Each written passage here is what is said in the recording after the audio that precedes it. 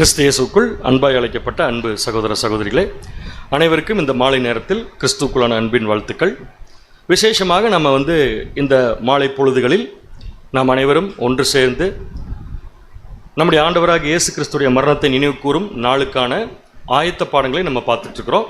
So அந்த அடிப்படையிலும் கூட இன்றைக்கி நம்ம பார்க்க இருக்கும் பாடத்தின் தலைப்பு கிறிஸ்து நொறுக்கப்படுதல் மற்றும் கிறிஸ்துவோடு நொறுக்கப்படுதல் அப்படிங்கிற தலைப்பின் கீழ் பாடம் பார்க்க இருக்கிறோம். இங்கிலீஷில் பார்த்தீங்கன்னா கிரைஸ்ட் க்ரூசிஃபைடு அண்ட் க்ரூசிஃபைடு வித் கிரைஸ்ட் அப்படிங்கிற தலைப்பின் கீழே பாடத்தரம் பார்க்க போகிறோம். ஸோ இந்த பாடம் ஆக்சுவலாக ரீப்ரின்ஸில் வந்திருக்கிற ரெண்டு பாடம். ஒன்று ரீப்ரின்ஸ் பேஜ் நம்பர் 959, அதுக்கப்புறம் அடுத்த சப்ஜெக்ட் 960. இந்த ரெண்டிலிருந்தும் சேர்த்து நம்ம இன்றைக்கி இந்த பாடத்தை நம்ம பார்க்குறோம். ரெண்டு முழுசாக நம்ம பார்க்குறதில்ல, ரெண்டிலிருந்தும் தலைப்புக்கேற்ற விஷயங்கள் மட்டும், அதே மாதிரி நம்முடைய ஆண்டவரின் மரணத்தை நினைவு கூறும் நாளுக்கான ஆயத்தத்திற்குரிய விஷயங்களை மட்டும் நம்ம என்ன பண்ண போகிறோம்னா இதிலேருந்து எடுத்து பார்க்க போகிறோம்.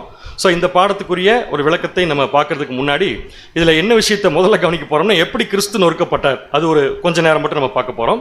காரணம், அந்த நொறுக்கப்பட்ட விஷயத்துக்குள்ளே நம்ம எப்படி நொறுக்கப்படுறோம் அப்படிங்கிற விஷயம் இருக்கிறதுனால அதை மட்டும் நம்ம பார்த்துட்டு நம்ம உள்ளே போக போகிறோம்.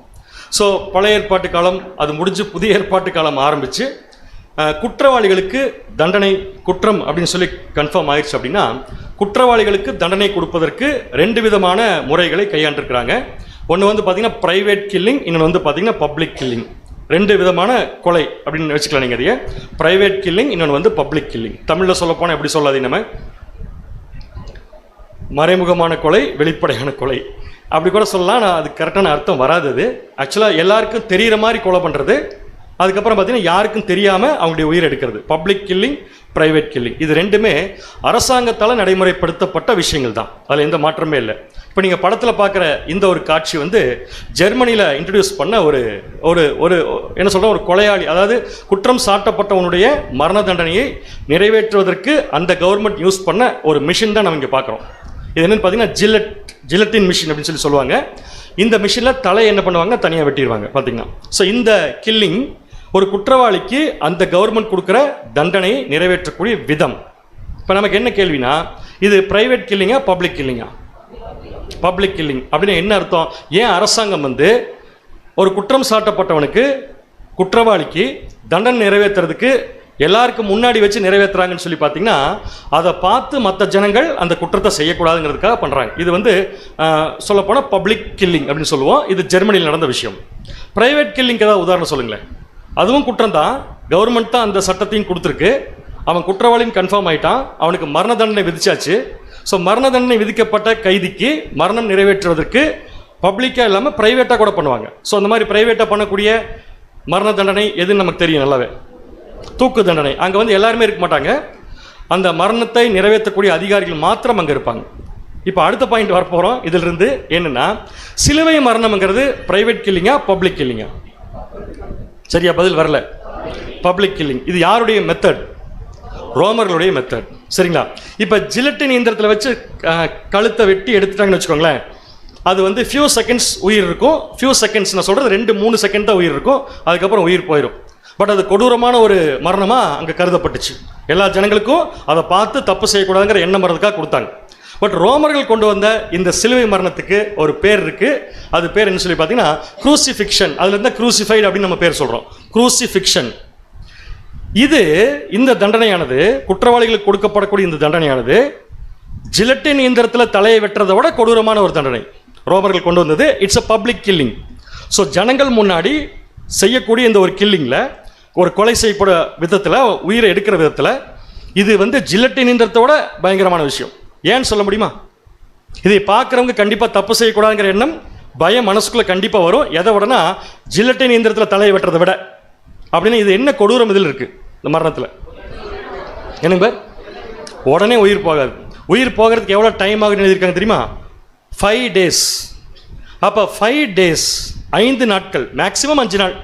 ஆனால் யோசிச்சு பாருங்கள், 5 நாள் ஒரு மனுஷன் உயிருக்கு போராடுறதுங்கிறது எவ்வளோ கொடூரமான விஷயம்.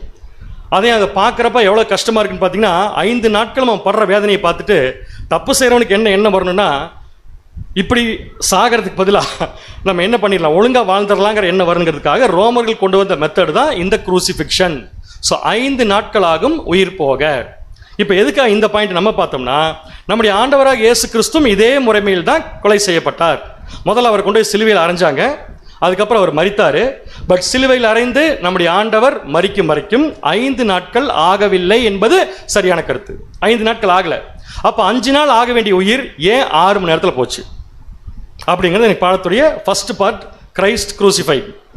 5 நாளில் போக வேண்டிய உயிர் 6 மணி நேரத்தில் எப்படி போச்சு அப்படிங்கிறது தான் ஃபர்ஸ்ட் பார்ட்டு சப்ஜெக்டில் கிரைஸ்ட் குரூசிஃபைட்.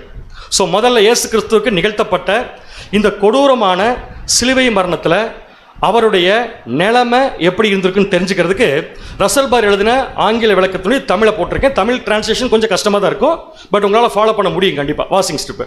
பின்னர் கைகள் மற்றும் கால்கள் மரத்தில் அறையப்பட்டு சிலுவை உயர்த்தப்பட்டு அதை பெறுவதற்காக தயாரிக்கப்பட்ட சாக்கெட்டில் நடப்பட்டது. இதை பத்தி கூட நம்ம ஏற்கனவே சகோதரர் 2 நாளைக்கு முன்னாடி எடுத்தாங்க. ஒரு மனுஷனை கொண்டு போய் ஃபர்ஸ்ட் சிலுவையை ஹரிசாண்டலா கீழே படுக்க வச்சு அதுல ஆணி அடிச்சு அதுல கொலை செய்ய வேண்டிய மனுஷனை கொண்டு போய் அது மேல படுக்க வச்சு அவன் கைகளையும் கால்களையும் லூஸா விட முடியாது. என்ன பண்ணுங்க, கண்டிப்பா ஸ்ட்ரெச் பண்ணும். ஏன் ஸ்ட்ரெச் பண்ணும்? இந்த மனுஷனை தூக்கி வைக்கும்போது ஒருவேளை லூஸாக இருந்துச்சுன்னா உடம்பு 5 நாட்கள் சிலுவையில் தாங்காது. ஸோ இப்போ என்ன பண்ணி தான் ஆகணும்? ஸ்ட்ரெச் பண்ணி அடித்தாதான் அப்படியே நிற்கும். ரெண்டாவது, தூக்கி வைக்கும் போதோ மற்ற சம்பவங்கள் நடக்கும்போதோ அந்த பாடி உயிரோடு இருந்தாலும் சரி செத்து போனாலும் சரி கீழே விழுந்துடக்கூடாது. அது அவங்களே தான் கீழே இறக்கணும். அதுக்காக என்ன பண்ணியிருக்காங்கன்னா டைட்டாக அடிச்சிருவாங்க. அப்போ டைட்டாக அடிச்சுட்டு திருப்பி கொண்டு இந்த சிலுவையை வெர்டிகலாக நிறுத்தி கீழே குழி தோண்டியிருப்பாங்க இல்லையா, நிறுத்த வைக்கிறதுக்கு. அந்த குழியில் நிறுத்த வைக்கும்போது கண்டிப்பாக அந்த பாடியில் எவ்வளோ ரியாக்ஷன்ஸ் இருந்திருக்கும் அப்படிங்கிற சகோதரர் சொல்கிறாருன்னா, அது எப்படிப்பட்ட கண்டிஷனாக இருக்குன்னா, இப்போ நம்ம குறவலை இருக்கு இல்லையா, இந்த குறவலையில் ஒரு துறடை ஓட்டை எப்படி இருக்கு, இப்போ நம்ம அப்படியே போட்டு பிடிச்சா அப்படி இருக்கு, நமக்கு அந்த ஒரு ஃபீலிங் இருக்கு இல்லையா, அந்த ஃபீலிங்கை அப்படியே நம்மளை அப்படியே ரொட்டேட் பண்ண அப்படி இருக்கும். அந்த அளவுக்கு நம்முடைய ஆண்டவர் என்ன பண்ணியிருக்காருன்னு கஷ்டப்பட்டிருக்காரு சிலுவையில். வாசிங்க தொடர்ந்து பண்றதுல, இது உடலுக்கு ஒரு பயங்கரமான குரடு. அந்த குரடுன்னு சொல்றது தமிழ் மொழிபெயர்ப்பில் அப்படி வந்திருக்கு. குரடு பிடிச்ச மாதிரி அவர் நின்றுப்பார். மற்றும் அதை தொடர்ந்து வந்த வேதனையை கொடுத்தது. அதுக்கப்புறம் வேதனையை அது கொடுத்துச்சு. அப்புறம் வெப்பமான சூரியன் நிர்வாண உடல் மற்றும் அவிழ்க்கப்பட்ட தலையில் அடித்தது. யோசிச்சு பாருங்க, ட்ரெஸ் ப்ராப்பரா இல்லாம வெயில் காலத்துல சிலுவையில் வெயில் டைரக்டாக பாடி மேல் அடிக்கும்போது அந்த வெயிலுடைய டெம்பரேச்சர், அந்த ஹீட் எப்படி இருந்திருக்கும் அப்படிங்கிறத இமேஜின் பண்ணி பார்க்கலாம்னு சொல்கிறார். ஸோ அது மட்டும்தான் அவருக்கு இருந்துச்சான்னு பார்த்தா இல்லை, அதுக்கு மேலே ஒரு வேதனைன்னா தலையில் என்ன அடிச்சிருக்காங்க, ஃபுல்லாக முள்கிரீடம் அடிச்சிருக்காங்க. அதோடைய எரிச்சல் மேலே சூடு வரும்போது இன்னும் எரிச்சல் அதிகமாகும். இந்த கண்டிஷனில் ஒரு மனுஷன் எத்தனை நாள் இருக்கிறதுக்கு வாய்ப்பு இருக்குன்னா 5 நாட்கள் இருக்கிறதுக்கு வாய்ப்பு இருக்குது. இதான் நம்முடைய ஆண்டவருக்கு நடந்துச்சு. தொடர்ந்து வாசிங்க. இப்ப நம் இறைவனின் விஷயத்தில் இறைவன் போட்டுக்கிற தப்பு நம்முடைய ஆண்டவராகிய இயேசு கிறிஸ்து மொழிபெயர்ப்பில் அப்படி வந்திருக்கு. இது முள் கிரீடத்தில் கூடுதல் கொடுமையால் துளைக்கப்பட்டது. கந்தலான ஆடையற்ற காயங்கள் சீர்குலைந்து, கமா ஃபுல் ஸ்டாப்ல இல்ல, அப்படிதான் இருக்காது. அதாவது கந்தலான ஆடைகள் ஃபுல்லா காயம் உடம்பு பூரா, ஏன்னா ஃபுல்லா அடிச்சிட்டாங்க, உடம்பு பூரா காயப்படுத்தியாச்சு. அந்த காயங்கள் அப்படியே இருக்கும். அந்த காயத்தோட அப்படியே கொண்டு இப்போ நம்ம கோயம்புத்தூர் அடிக்கிற வெயிலில் ஒரு 12 மணி 1 மணி மத்தியானத்தில் கொண்டு நிறுத்தினா எப்படி இருக்குன்னு யோசிச்சு பாருங்க. நம்ம வெளியே போட்டிருக்கிற செருப்பு 1 மணிக்கு போய் நம்ம வெளியே போட்டிருக்கிற செருப்பை காலில் போட முடியல, அந்த அளவுக்கு ஹீட்டாக இருக்கு. அப்போ ஒரு உடம்பு முழுக்க காயங்கள் ஏற்பட்டிருக்கிற அந்த சூழ்நிலையில் சூரியனுடைய அந்த வெளிச்சம் இல்லை, வெப்பம் மேலே படும்போது அந்த புண்கள் பூரா எப்படி எரியுன்னு கொஞ்சம் யோசிச்சு பார்க்கலாம். இதெல்லாம் நம்முடைய ஆண்டவருடைய கண்டிஷன் அங்கே இருந்துச்சு. நெக்ஸ்ட், வீக்கமடைந்து படபடக்கும் வலிகள் நடுக்கும் சதைகள் வழியாக அவர்களிடமிருந்து வெளியேறின. நம்ம யோபு சப்ஜெக்ட்ல படிச்சிருக்கிறோம். யோபுக்கு எப்பேற்பட்ட கொடுமைன்னு சொல்லிட்டு அது வசனத்திலே கிளியரா இருக்கு. அவருடைய புண்கள் இருந்து சீல் வடிஞ்சு வெளியே போச்சுன்னு படிச்சுட்டு அதை படிக்கிறப்ப எவ்வளவு கஷ்டப்பட்ட நம்ம இல்லைங்களா? யோசிச்சு பாருங்க. யோபு பட்ட கஷ்டத்தை பெருசா நம்ம நினைக்கிறோம். இங்க உடம்புல துணி இல்லாம அடிக்கிற வெயில்ல தான் அவர் இருந்தார். அவர் நைட் டைம்ல இல்லை, சிலுவையில் அடிக்கிற வெயில்ல அந்த புண்கள் இருந்து சீல் வடிஞ்சு போகும்போது கட்டாயமா அந்த புண்கள் மேலையெல்லாம் சில பூச்சிகள் வந்து உட்கார்றதுக்கு வாய்ப்பு இருக்கு இல்லைங்களா? அது வந்து உட்காந்துச்சுன்னா அதோடைய வேலை பார்க்குது, அது சாப்பிடாத, அதை தடுக்க முடியாத ஒரு சூழ்நிலை நம்முடைய ஆண்டவர் நின்று இருக்கார். அதான் கொடுமை பார்த்தீங்கன்னா. ஸோ அதை கையை வச்சு தட்டி விட முடியாது, ஏன்னா கையும் காலையும் ஸ்ட்ரெச் பண்ணிட்டாங்க, ஒன்றுமே பண்ண முடியாது. உடம்பு அசைச்சு அதை தள்ளி விட முடியாது, ஏன்னா உடம்பு அசைக்கிறதுக்கு வாய்ப்பு இல்லை. அதை மீறி உடம்பு அசைஞ்சா பெயின் இவருக்கு தான் வரும். ஸோ அந்த பெயினை தாங்கிறதுக்கு பதிலாக பேசாமல் அதை தாங்கிட்டு அப்படியே இருந்துக்கலாம். இந்த கண்டிஷன்ல தான் நம்முடைய ஆண்டவர் இருக்கார். வாசிங்க. இப்ப அதிகரித்து வரும் காய்ச்சல், துடிக்கும் தலை மற்றும் பொங்கி எழும் தாகத்தின் வேதனையும் இதனுடன் சேர்ந்தது. ஸோ பாருங்க, தண்ணி தாகம், அதுக்கப்புறம் தொடர்ச்சியாக வரக்கூடிய வேதனை, காய்ச்சல். கண்டிப்பாக நம்முடைய ஆண்டவராக இயேசு கிறிஸ்துக்கு டெஃபினட்டாக ஒரு பெரிய காய்ச்சல் டெஃபினட்டாக இருந்திருக்கும். டெம்பரேச்சர் ரைஸ் ஆயிருக்கும். காரணம் அந்த கண்டிஷனுக்கு அவர் போயிட்டார். உடம்புல இருக்கிற பாகங்கள் அஃபெக்ட் ஆக ஆரம்பிச்சிருச்சு. இப்போ அடுத்து நெக்ஸ்ட், மற்றும் சிறிய அசைவு கூட வேதனையை தீவிரப்படுத்தியது. மரணம் நெருங்க. ஸோ இப்போ அவர் எதை நோக்கி போயிட்டு இருக்காரு? மரணம் நெருங்க. பூச்சிகளின் கூட்டம் கூடி வேதனையை அதிகரிக்க செய்து, வேதனையை என்ன பண்ணுதுன்னா அதிகரிக்க செய்கிறது. அதிலிருந்து சிறிதளவும் நிவாரணம் கிடைக்காது. ஏன் கிடைக்காதுன்னா ஒண்ணுமே பண்ண முடியாது, யாரும் ஹெல்ப் பண்ண முடியாது, அவரும் தனக்கு ஹெல்ப் பண்ணிக்க முடியாது. அவருடைய மாம்சத்துல இவ்வளவு பிரச்சனைகள் நம்முடைய ஆண்டவருக்கு இருந்திருக்கு. எந்த முக்கிய உறுப்பும் நேரடியாக தாக்கப்படாததால் சகிப்புத்தன்மையின் சக்தி முற்றிலும் தீர்ந்து போகும் வரை வாழ்க்கை நீடித்தது. இதுதான் சரியான அருமையான ஒரு விளக்கம். எந்த பார்ட்டும் டைரக்டா அஃபெக்ட் ஆகல உடம்புல, ஆனா எல்லா பார்ட்டும் வேதனையில போயிடுச்சு. அதனால என்ன பண்ண முடியலனா உயிர் போற வரைக்கும் அவருக்கு ஏற்பட்டிருக்க அந்த நிலைமையிலிருந்து அவரால் 1% கூட நிவாரணம் பெற முடியவில்லை எழுதியிருக்கார் சகோதரர். நிவாரணம் புரியுது உங்களுக்கு? பேர் இப்போ எனக்கு பேசும்போது உதடு வறண்டுருச்சு, உடனே நான் என்ன பண்ணுறேன், தண்ணி எடுத்து குடிக்கிறேன். ரோட்டில் போகிறோம், மயக்கம் போட்டு விழுந்துடுறோம், உடனே தண்ணி எடுத்து அடிக்கிறாங்க. ஏதாவது ஒரு விஷயத்துக்கு ஒரு நிவாரணம் இருக்குல்ல.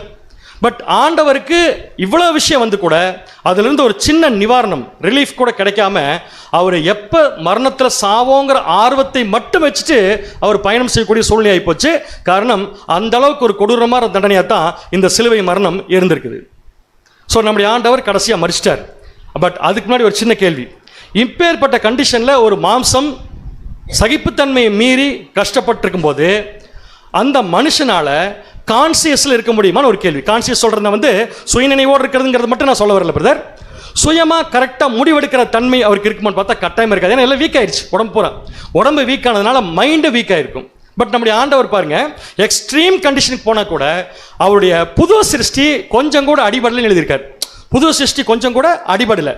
உடம்புல எவ்வளோ பெரிய காயங்கள் வந்தாலும், உடலில் எவ்வளோ பெரிய வேதனைகள் இருந்தாலும் கிறிஸ்துவின் புது சிருஷ்டி கொஞ்சம் கூட காயமடையலை, அடிபடல. அது எப்படி கண்டுபிடிக்கலாம்னா, இந்த மாதிரி வழியில் துடிக்கூடிய இந்த சிலுவையில் அறையப்பட்ட குற்றவாளிகளுக்கு அங்கே இருக்கக்கூடிய ஸ்திரீகள் கொண்டு வந்து ஒரு பானம் கொடுப்பாங்களாமா.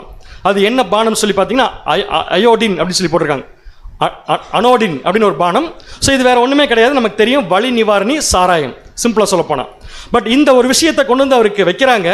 அவர் ஃபீல் பண்ணிட்டு என்ன பண்ணிட்டாரு, இதை என்ன பண்ண மாட்டேன், சாப்பிட மாட்டேன் அப்படின்னா அவருடைய கான்சியஸ் எப்படி இருந்திருக்கு, அவருடைய புது சிருஷ்டி எப்படி இருந்திருக்குது அப்படின்னா என்ன அர்த்தம் தெரியுங்களா? உயிர் போகிற வரைக்கும் உடம்புக்கு என்ன சேதம் வந்தாலும் தேவன் கொடுத்த சிந்தைக்கு ஒரு சின்ன சேதம் கூட இல்லாமல் நம்முடைய ஆண்டவர் சிலுவையில் பார்த்துட்டு இருந்திருக்காரு.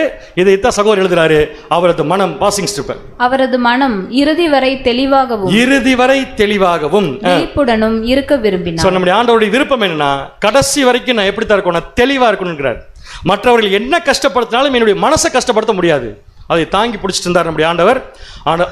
இந்த கண்டிஷன்ல இருந்து 6 மணி நேரத்தில் மறிச்சிட்டார். இப்போ நமக்கு என்ன கேள்வி வருதுன்னா, நம்முடைய ஆண்டவராக இயேசு கிறிஸ்துடைய உடம்புல 6 மணி நேரம் கழித்து அவர் மரிப்பதற்கு எந்த பார்ட் அது தன்னுடைய ஜீவன் போகிறதுக்கு காரணமாக இருந்துச்சு? எந்த பகுதி அவருடைய உடம்புல ஜீவன் போகிறதுக்கு காரணமாக இருந்துச்சு? ஹார்ட் அப்படிங்கிறது சரியான பதில். எப்படி கன்ஃபார்ம் பண்ணலாம்? அதை வெடிச்சிருச்சு. சகோதரர் சொல்றாரு ஒரு வசனம், இதைத்தான் சகோதரர் எழுதியிருக்கார், வாசிக்கலாம். யோவான் 19ஆம் அதிகாரம் 34ஆம் வசனம். யோவான் 19ஆம் அதிகாரம் 34ஆம் வசனம். ஆகிலும் போர் செய்கிறவர்களில் ஒருவன் ஈட்டியினாலே அவருடைய விலாவில் குத்தினான்.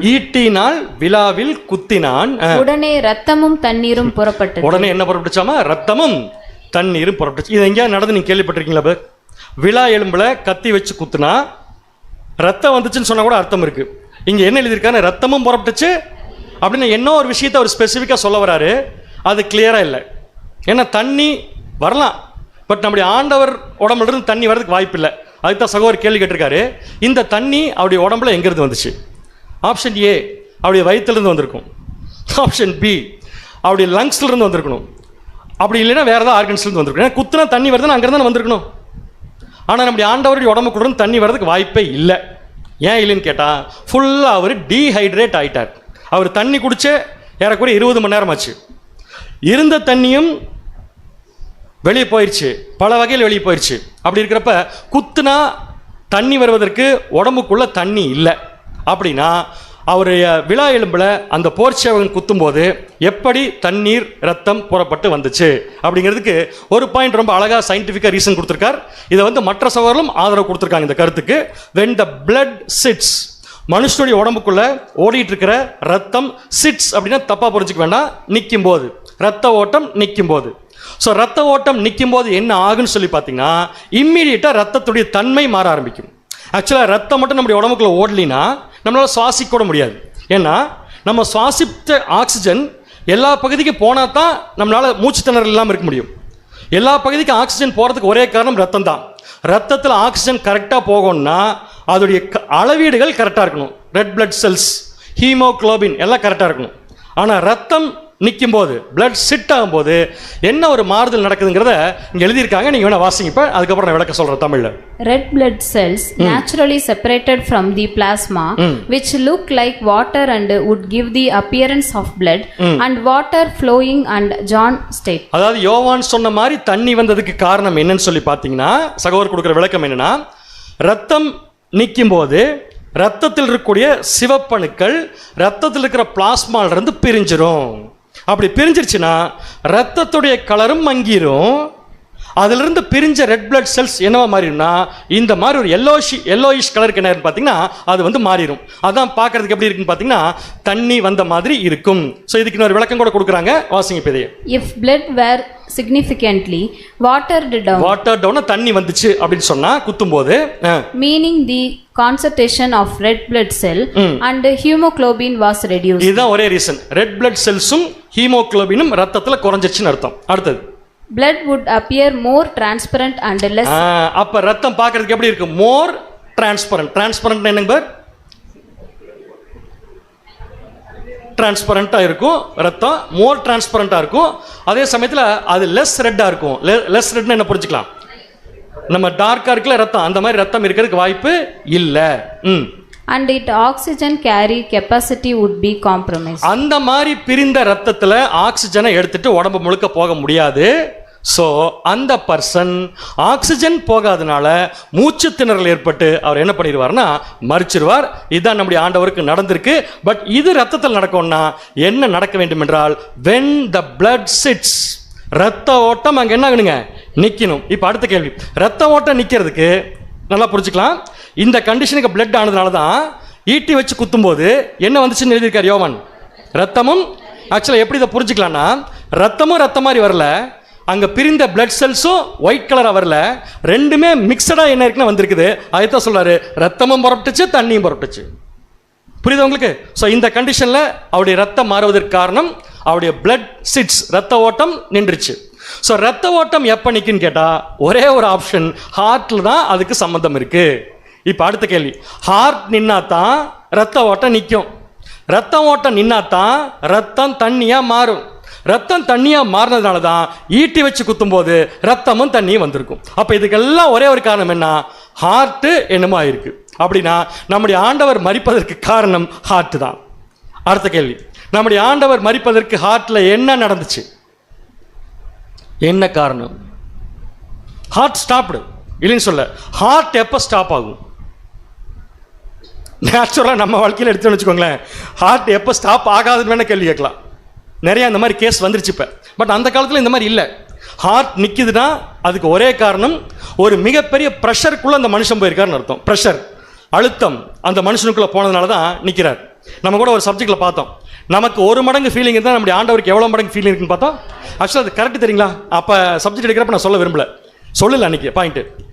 பேசிக் சப்ஜெக்ட் எடுக்கிறப்ப ஃபஸ்ட்டு ஒரு பாயிண்ட் பார்த்தோம், கர்த்தருக்கு ஒரு நாள் என்பது. அதுக்கு என்ன விளக்கம்? ஆக்சுவலாக நம்ம 1000 நாள் 1000 வருஷம் ஒரு வேலையை செஞ்சோம்னா அந்த வேலையை நம்முடைய ஆண்டவர் எத்தனை நாள் செஞ்சிருவாரு? அப்போ அவருக்கு நமக்கு எவ்வளோ பர்சன்டேஜ் வித்தியாசம்? 1000 மடங்கு. 1000 வருஷம். ஒரு நாள்னா 1000 நாள் இல்லை, 1000 வருஷம். அப்போ கணக்கு போட்டிங்கன்னா 3,65,000 மடங்கு அவருக்கு வித்தியாசம் இருக்கும். நேச்சுரல் மேனுக்கும் சாதாரண மனுஷனுக்கு இருக்கிற உணர்வுகளுடைய வித்தியாசம். அப்படின்னா அவருக்கு பிளட் ப்ரெஷர் ஏறி இருக்கும் இல்லைங்க. நமக்கெல்லாம் பிளட் ப்ரெஷர் ஏறினா வச்சு செக் பண்ண எவ்வளோ இருந்திருக்கு? நமக்கெல்லாம் செக் பிளட் ப்ரெஷர் ஏறுறப்ப வேண்டாம், ஏறியது இருக்கு எப்பவுமே, வச்சு செக் பண்ண எவ்வளோ இருக்கு பிளட் ப்ரெஷர்? யாருமே நீங்கள் பிளட் ப்ரெஷர் பார்த்ததே கிடையாது இல்லையா இது வரைக்கும்? ஒரு 160 வந்தாலே பிளட் ப்ரெஷர் செக் பண்ணுறவங்களே நம்மளை ஒரு மாதிரி பார்ப்பாங்க, இன்னும் உட்காந்துருக்கிறீங்க அப்படின்னு. 140 150 அதோட சரிங்களா? இப்போ இன்ட்டு நம்முடைய ஆண்டவருக்கு கணக்கு போடுங்க எவ்வளோன்ட்டு. உண்மையாக சொல்லப்போனால் அந்த கண்டிஷன் நம்முடைய ஆண்டவருடைய ப்ரெஷர் செக் பண்ணி பார்த்தா எவ்வளோ இருந்திருக்கும்? அதை ஹார்ட் தாங்கணும்ல, அதை ஹார்ட்டால் என்ன பண்ண முடியலைங்க, தாங்க முடியல. சகோதரர் தான் எழுதியிருக்காரு, வாசிங்க இப்போ. இதயத்தை சுற்றி பெரிகார்டிலர் சாக் எனப்படும் ஜவ்வு உள்ளது. ஒரு ஜவ்வு உள்ளது. இதயம் வெடிக்கும் போது, இப்போ அவர் என்ன எழுதிட்டார்? இதயம் வெடிக்கும் போது. ஆக்சுவலாக என் ஹார்ட் பர்ஸ்ட் ஆயிருக்குமா அப்படிங்கிற விஷயத்தில் ஆராய்ச்சிகள் நிறைய இருக்கு. அதை பற்றி நம்ம ஆராய்ச்சி பண்ண வேண்டாம். ஹார்ட் பஸ்ட், ஹார்ட் நின்றுச்சு, அது உண்மை தானே, அது சந்தேகமே இல்லை, ஹார்ட் நின்றுச்சு, அதான் உண்மை. இப்போ வாசிங்க. இருதயத்தில் இருந்து ரத்தம் கசிந்து பெரிகார்டியல் பையை நிரப்புகிறது அப்படின்னு ஒரு பை மெம்பரேன் இருக்குது, அதான் இந்த இந்த ஜவ்வு, இதுக்குள்ள போய் ரத்தம் என்ன ஆயிடுச்சுன்னா ஃபுல்லா ஃபில் ஆயிருமாமா. மேலும் அது உட்கார்ந்து இருக்கும் போது ரத்த ஓட்டம் நின்று இருக்கும் போது ரத்தம் பிளாஸ்மாவில் இருந்து பிரியும். இயேசு மூச்சு திணறலால் இறந்தார். இயேசு எதனால இறந்தாரு? இப்ப மூச்சு திணறல் எப்படி வந்து உங்களுக்கு புரிஞ்சுங்களா? ஹீமோகுளோபினும் ரெட் பிளட் செல்ஸும் பிரிஞ்சிருச்சு, அதனால ரத்தத்தை ஆக்சிஜன் எடுத்துட்டு போக முடியாது. ஸோ மூச்சு திணறல் ஏற்பட்டு நம்முடைய ஆண்டவர் என்ன பண்ணிட்டாரு? இறந்துட்டாரு. இதுக்கெல்லாம் என்ன காரணம் அப்படின்னு சொல்லி பார்த்தீங்கன்னா கடைசியா ஒரு லைன் சகோதரர் எழுதுறாரு, ரொம்ப ஆச்சரியமா இருக்கு எனக்கு.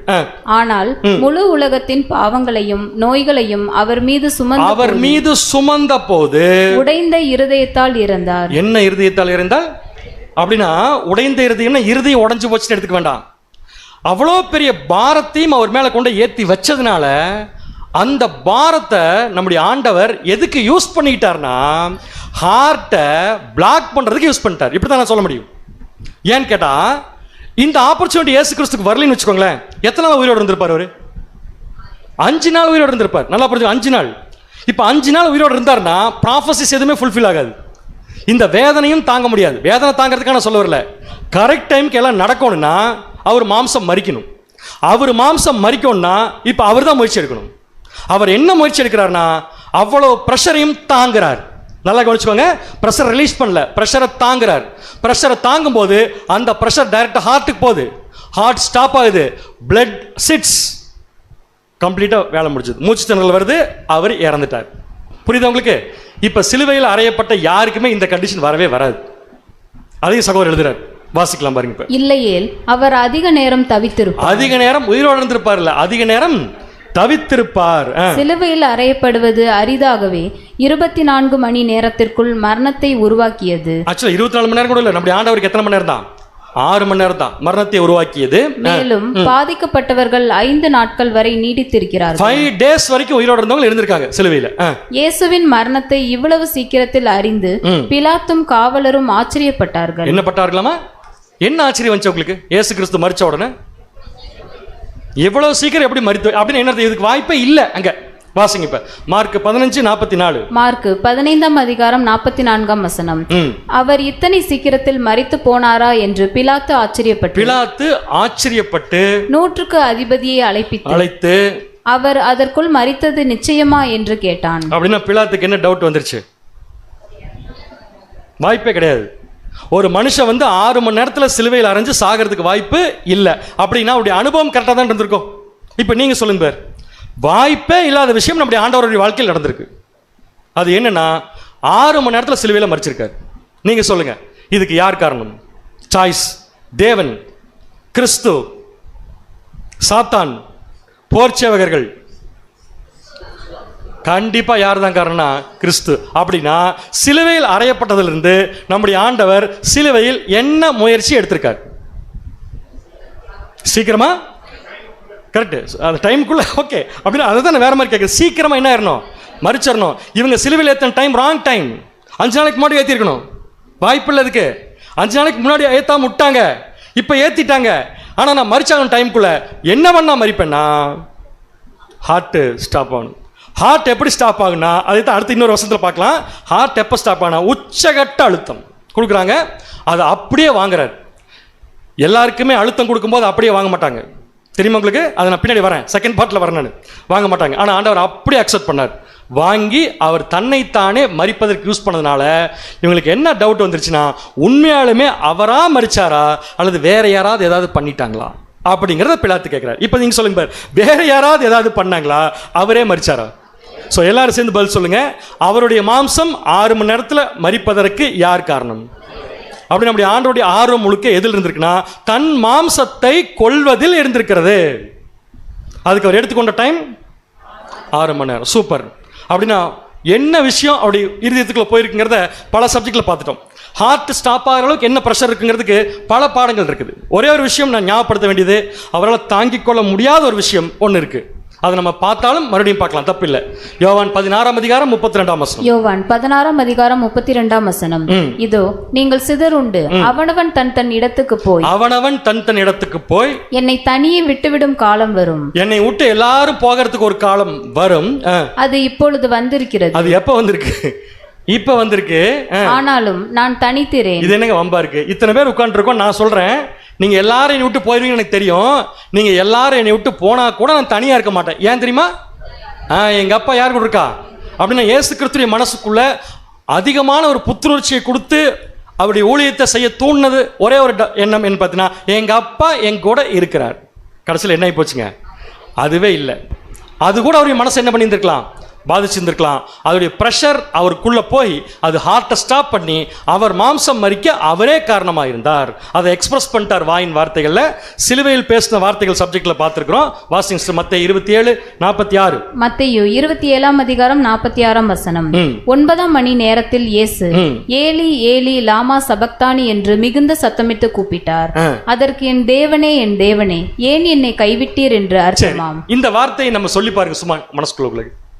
என் தேவனே ஏன் என்னைக்கு அப்படின்னு சொல்லும்போது ஒரு உணர்ச்சிகரமாக இல்லை அது இல்லையா? ஏன் உணர்ச்சிகரமாக இல்லை? நான் சொன்னேன், நீங்கள் சொன்னீங்க, படிக்கிறத வாசிச்சிங்க. ஆனால் உண்மையாலுமே அந்த மாதிரி ஒரு சூழ்நிலைக்கு போய் பார்க்குறப்ப தான் ஒரு மைண்ட் எப்படி இருக்குன்னு தெரியும். சொல்லுங்க பார்க்கலாம். ஆண்டவர் புது சிருஷ்டி ஃபுல் கான்சியஸாக இருக்குன்னு இப்போ தான் பார்த்தோம். அப்படி இருக்கிறப்ப இந்த வார்த்தை கான்சியஸை மீறி பேசுன மாதிரி தான் இருக்குது. அப்படின்னு என்ன அர்த்தம்? அவரால் கூட ஒரு பதட்டத்தை தாங்க முடியாத ஒரு விஷயம்னு சொல்லி பார்த்தீங்கன்னா இதுதான். எங்கள் அப்பா என்னை என்ன பண்ணிட்டாருன்னா பேசுகிறத நிறுத்திட்டார். என்னை அவர் என்ன பண்ணிட்டாருன்னா கைவிட்டார். ஸோ இந்த விஷயம் அவர் மனசை பாதித்து பண்ணியிருந்திருக்கலாம் இல்லைங்களா? இதை பாதிக்காமல் இருக்கிறதுக்கு அவர் ஸ்டெப் எடுக்கலாம். எப்படி தெரியுங்களா? டக்குன்னு கீழே குதிச்சுதான் வச்சுக்கோங்க. சிலுவையில் இருந்து முடிச்சது, அவ்வளோதான், எல்லாமே முடிச்சது. ஒரு ப்ரெஷர் வராதுங்க பேர் அவருக்கு, ஒரு ப்ரெஷர் வராது அவருக்கு. மறுபடியும் பர்ஃபெக்ட் ஹியூமன் பீயிங் தான். ஆனால் தேவனுடைய திட்டம் அங்கே நிறைவேறாது. அப்போ திட்டம் நிறைவேறணும்னா இது எல்லாத்தையும் கொண்டு உள்ள போட்டுக்கிறார். போட்டு எதையுமே வெளியே விடாம ஹார்ட்ல கொண்டு பிளாக் பண்ணி பஸ்ட் பண்ணி 6 மணி நேரத்தில் மரிச்சிட்டார். இதுதான் சகோதரர் கடைசி அந்த சப்ஜெக்ட் எழுதுறாரு. Such was the awful tragedy. ஆச்சரியமான ஒரு சோகம். awful tragedy of Calvary which ended the human existence of our Lord. நம்முடைய ஆண்டவராக இயேசு கிறிஸ்துவின் மனித வாழ்க்கைக்கு கல்வாரி சிலுவையில் ஒரு முடிவை கொண்டு வந்த ஒரு சோகமான விஷயத்தை தான், ஆச்சரியமான சோகத்தை தான் இப்போ நம்ம பார்த்தோம்னு சொல்லி எழுதி முடிச்சிட்டார். இப்போ நான் சப்ஜெக்டுடைய கோர் பாயிண்ட்டுக்கு வரேன். நம்முடைய ஆண்டவர் அவர் மரிக்க அவரே ஸ்டெப் எடுத்தார். நம்ம எல்லாருமே சொல்லிட்டோம், எல்லாருமே அதில் காமனாக இருக்கிறோம். என்ன ஸ்டெப் எடுத்தார் சிலுவையில் அவர் மரிக்க? நம்ம சொல்ல யுக்தி, ஸ்ட்ராட்டஜி. அந்த ஸ்ட்ராட்டஜி நம்முடைய ஆண்டவர் பயங்கரமாக எடுப்பார். என்ன ஸ்ட்ராட்டஜி அடாப்ட் பண்ணார் நம்முடைய ஆண்டவர் சிலுவையில் 6 மணி நேரத்துக்குள்ள மரிக்க, இன்ஸ்டெட் ஆஃப் 5 hours?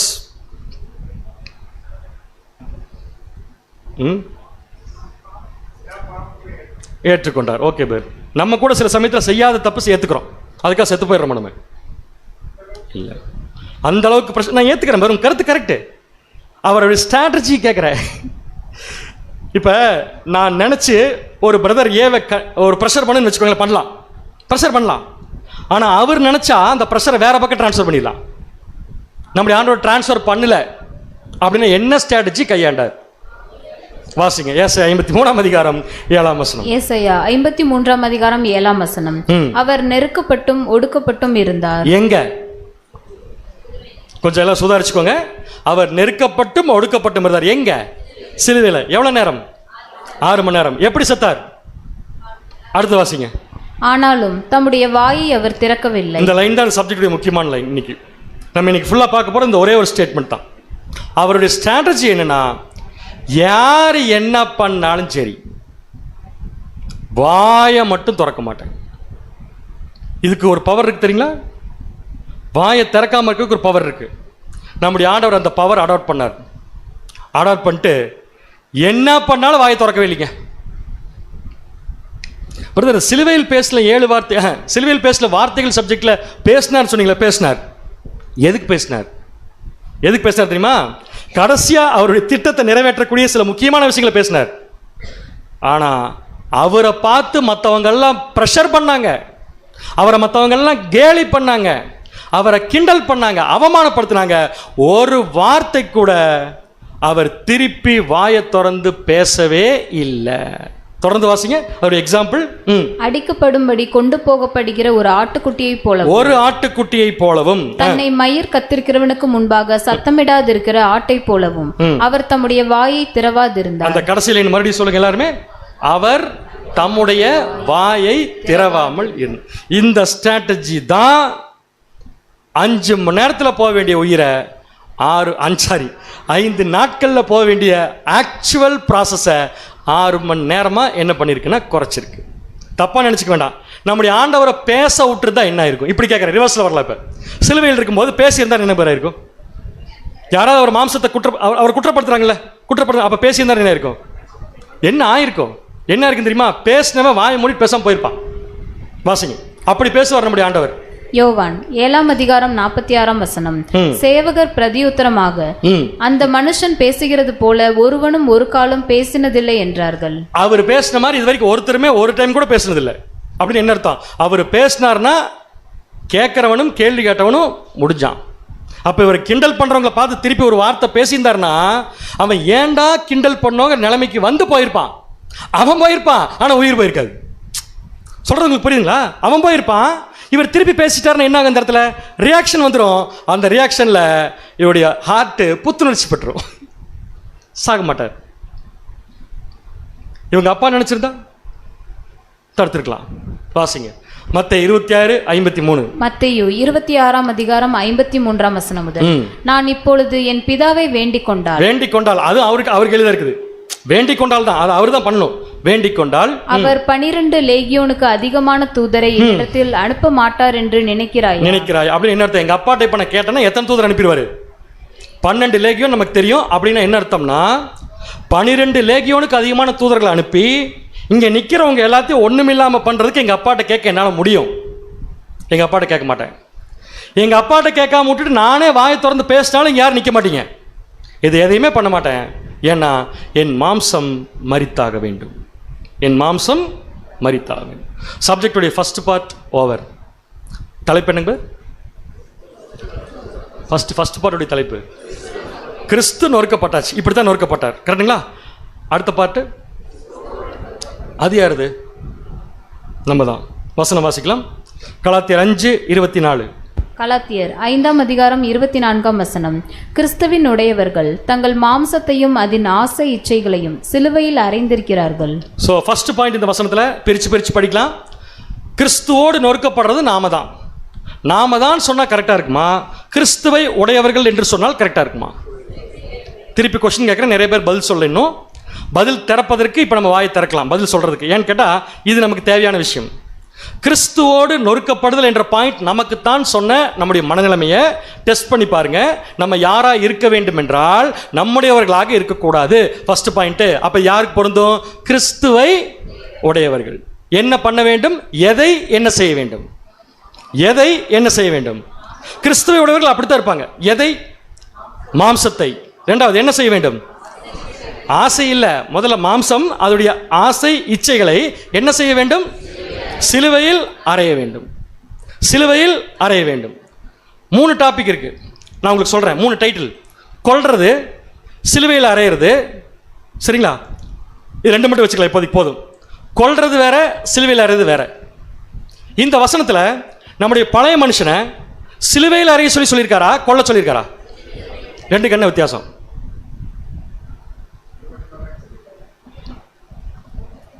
ரெண்டுக்கு என்ன வித்தியாசம் தெரியாதா? சிலுவையில் அறைஞ்சா சிலுவையில் அறையிறது.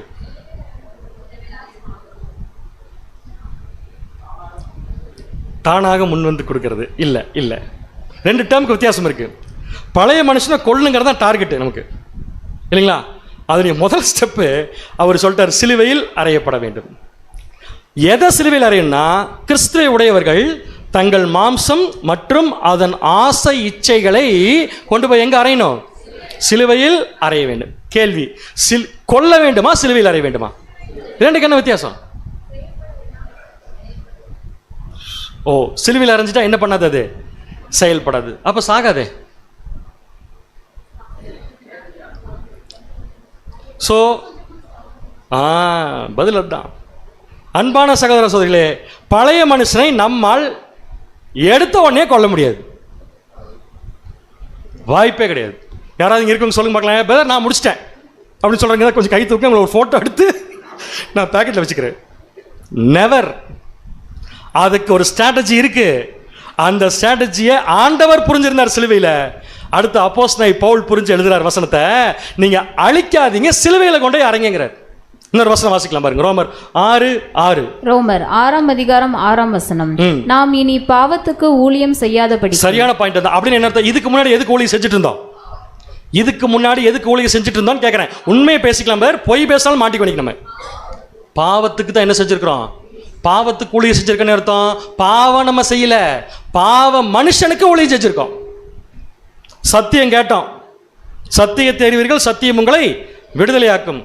மனசை குத்துச்சு நம்ம பண்ற தப்புன்ட்டு. உடனே என்ன பண்ணோம்னா, அந்த பாவத்திற்கு ஊழியம் செய்து கொண்டிருந்த பழைய மனுஷனை எடுத்து சிலுவையில் அரைஞ்சிட்டு கிறிஸ்துவுக்குள்ள வந்துட்டோம், பேப்டிசம் எடுத்து. இதுதான் நம்முடைய வாழ்க்கையில் நடந்த விஷயம். ஆனால் இது நடந்து கொண்டிருக்கிறதா என்பதுதான் கிறிஸ்துவோடு நொறுக்கப்படுதல் அப்படிங்கிற பாயிண்ட். மறுபடியும் வாசிங்க, முதல்ல இருந்து. நாம் இனி பாவத்துக்கு ஊழியம் செய்யாதபடிக்கு பாவ சரீரம் ஒளிந்து போகும் பொருட்டு. ஒவ்வொரு வார்த்தை முக்கியம். எது ஒளிந்து போகும் பொருட்டாக? பாவ சரீரம் ஒளிந்து போகும் பொருட்டாக நம்முடைய பழைய மனுஷன் அவரோட கூட சிலுவையில் அறையப்பட்டதென்று அறிந்திருக்கிறோம். நம்முடைய எதுங்க? பழைய மனுஷனுக்கு நீங்க என்ன வேணாலும் பேர் வச்சுக்கலாம். பழைய சுபாவம், பழைய சிந்தனை, பழைய செயல்பாடு, இது எல்லாமே அவரோடு கூட. எவரோடு கூட? பதில் வரல பாருங்க சகோதர செயல் இருந்து. அப்பப்ப ரெஸ்ட் எடுத்தீங்கன்னா கண்டிப்பா பதில் வராது. யாரோடு கூட? கிறிஸ்துவோடு கூட. எங்க அறையப்பட்டிருக்க வேண்டும் என்றால் சிலுவையில் அறையப்பட்டது என்று நாம் என்ன பண்ணியிருக்கோம்? அறிந்திருக்கிறோம். அப்படின்னு நடந்து முடிஞ்சிருச்சுங்கிறார். நமக்கெல்லாம் இந்த ப்ராசஸ் என்ன ஆயிடுச்சாமா? நடந்து முடிஞ்சிருச்சு. திருப்பி கேட்குறேன், பதில் சொல்லுங்க. நடந்து முடிஞ்சிருச்சா? இல்லை, நான் இந்த பக்கமே பார்க்கல, இப்படி தான் பார்க்குறேன். நடந்து முடிஞ்சிருச்சான்னு கேட்குறேன். பதில் முடிஞ்சிருச்சுங்கிறேன். இங்கே பாருங்க, முடிஞ்சிருச்சு. எதை முடிஞ்சிச்சான்னு கேட்கிறேன். பழைய மனுஷன் செத்து போச்சான்னு கேட்கல, பழைய மனுஷன் சிலுவையில் அரைஞ்சிட்டோமான்னு கேட்கிறேன். அரைஞ்சமா இல்லையா? பதில் சொல்ல முடியல. நீங்க ரொம்ப கஷ்டப்படுறீங்க அரைஞ்சாச்சுன்ட்டு. உண்மையான மனசு சொல்லுது, அரைஞ்சிட்டோமா அப்படின்னு. என்ன அர்த்தம் பேர்? அவ்வளோதான் பேர் அர்த்தம். சூப்பர். இந்த மௌனம் தான் அர்த்தம். சப்ஜெக்ட்குள்ள வந்துடலாம், நம்மளை அப்புறம் பார்க்கலாம் மறுபடியும். சரிங்களா? இது பண்ணாதனால தான் பல பிரச்சனை நமக்குள்ள. எது பண்ணாதனால? சிலுவையில் அறையாதனால. ஓகே, அடுத்தது. ஏன் பழைய மனுஷன் சிலுவையில் அறைய சொல்றார்? துப்பாக்கி சுட சொல்ல வேண்டியதானே? கத்தி வச்சு குத்த வேண்டியதானே? அது எதுக்கு சிலுவையில் அறையணும்? சகோதரர்கள் எப்படி கேட்டா, அவங்களுக்குள்ள கேட்குற மாதிரி பேசுறதுக்கு ஒரு ஸ்ட்ராட்டஜி வச்சிருக்காங்க. வேற யாரும் கேட்காம எனக்கு மட்டும் கேட்குற மாதிரி. ஏன் சிலுவையில் அறைய வேண்டும் கேட்கிறேன். சிம்பிள் பதில் வேணும் எனக்கு. இதுக்கு என்னங்க பதில்? கரெக்டா சொல்லணும், புரியுற மாதிரி சொல்லணும்னா, சிலுவையை தவிர வேற எதுலையுமே அதை மறிக்க வைக்க முடியாது. சாதாரண விஷயம் இல்லைங்க நம்ம பழைய மனுஷன். அதுக்குத்தான் நம்முடைய ஆண்டவர் சூஸ் பண்ணார். அப்போஸ்தலனாகிய பவுல் சூஸ் பண்றாரு. சிலுவையில் அரைஞ்சிங்கன்னா தான் சாகும். ஏன்னா சிலுவையில் அரைஞ்சு ஸ்லோவா எப்படி ஒரு மனுஷன் சாகிறானோ அந்த மாதிரி தான் நம்முடைய மாம்சத்தை கொல்ல முடியும். அப்ப அதை கொல்றதுங்கிறது எடுத்தோடனே நடக்காது. அதுக்காக அறையா முட்டோம்னா அது மறிக்கவும் மறிக்காது. ரெண்டு மாம்சத்தை பத்தி கம்பேர் பண்ண போறோம். இப்ப ரெண்டு சப்ஜெக்ட் கம்பேர் பண்றோம். இப்ப நம்ம எந்த சப்ஜெக்ட் ஃபர்ஸ்ட் பார்த்தது? கிறிஸ்து நொறுக்கப்படுதல். நெக்ஸ்ட் டாபிக் கிறிஸ்துவோடு. அது கிறிஸ்துவின் மாம்சம் நொறுக்கப்படுதல், இது நம்முடைய மாம்சம் நொறுக்கப்படுதல். கிளியரா இருக்கா உங்களுக்கு இந்த சார்ட்? இது கிறிஸ்துடைய மாம்சம் நொறுக்கப்படுதல், இது நம்முடைய மாம்சம் நொறுக்கப்படுதல். ஓகே, ஃபர்ஸ்ட் கிறிஸ்துடைய மாம்சம் நொறுக்கப்படுதல். சிலுவையில் முதல்ல அறையப்பட்டது. அது கரெக்டா தப்பாங்க பேர்? கிறிஸ்துடைய மாம்சம் ஃப்ளஷ் பாடி சிலுவையில் அறையப்பட்டுச்சு. அதுக்கப்புறம் அந்த மாம்சம் சிலுவையில் மரிச்சிருச்சு. கரெக்டுங்களா? கிறிஸ்துவின் மாம்சம் மரிச்சிருச்சு. ரெண்டுக்கு இடைப்பட்ட டைம் எவ்வளவு? சூப்பர், 6 மணி நேரம். இப்ப கிறிஸ்துவோடு மரிக்கப்படுதலுக்கு ஃபார்முலா சொல்லுங்க.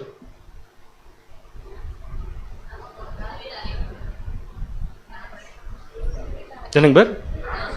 இங்க பிரதர் சொல்றாரு நம்முடைய மாம்சத்துக்கு பக்கத்தில் வந்துடலாமா? இப்ப சிலுவையில் அறையப்பட்டாச்சு. நான் அப்பவே கேட்டேன், அறையப்படலைங்கிற மாதிரி நீங்க பார்த்தீங்க. அது கொஞ்சம் கஷ்டமா தான் இருக்குது. பரவாயில்ல, சிலுவையில் அறையப்பட்டுச்சு. அப்புறம் அது என்ன ஆயிரும் கடைசியா? அதனால தான் சிலுவையில் கொண்டு அடிக்க சொல்றார். Slow process. எப்பொழுது நம்முடைய மாம்சம் சிலுவையில் அறையப்பட்டது? அருமையான பதில், ஞானஸ்நானம். கரெக்ட். தப்புன்னு சொல்லுங்க. Correct, super. எப்போ மரிக்கும்? நாம் மரிக்கும் போது மரிச்சிடும். இது ரெண்டு கிடைப்பட்ட காலப்பகுதி எவ்வளவு?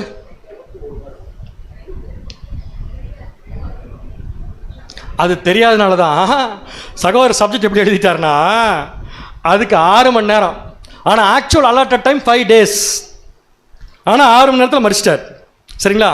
இங்கே இந்த ரெண்டு கடையில் இருக்கிற கேப் தான் எதுன்னு கேட்டிங்கன்னா உலகத்தில் நாம் வாழக்கூடிய நாட்கள்.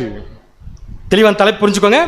உலகத்தில் நான் வாழக்கூடிய நாட்கள். இப்போ இந்த சார்ட் உங்களுக்கு புரிஞ்சா புரியலையா? திருப்பி எக்ஸ்பிளைன் பண்ணுறேன் நான். கிளியர்? இப்போ கேள்வி கேட்க போகிறேன் உங்களுக்கு. நம்முடைய உலகத்தில் வாழக்கூடிய நாள் எங்கே இருக்குது? கீழ் இருக்குது. பின்னாடி உங்களுக்கு தெரியாதனால சொல்கிறேன், கீழ் இருக்குது.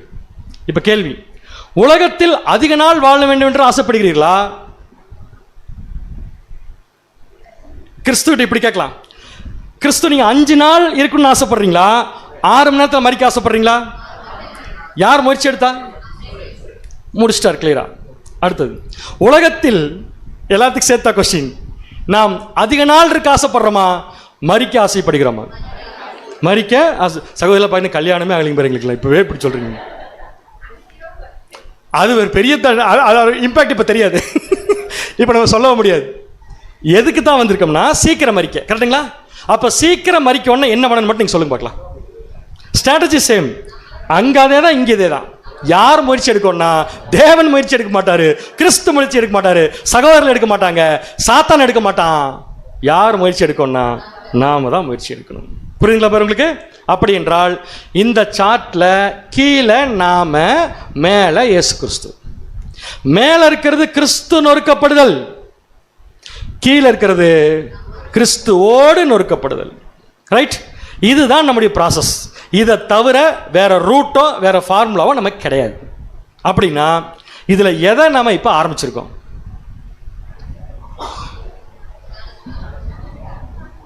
அப்படிலாம் சொல்லக்கூடாது என்கிட்ட.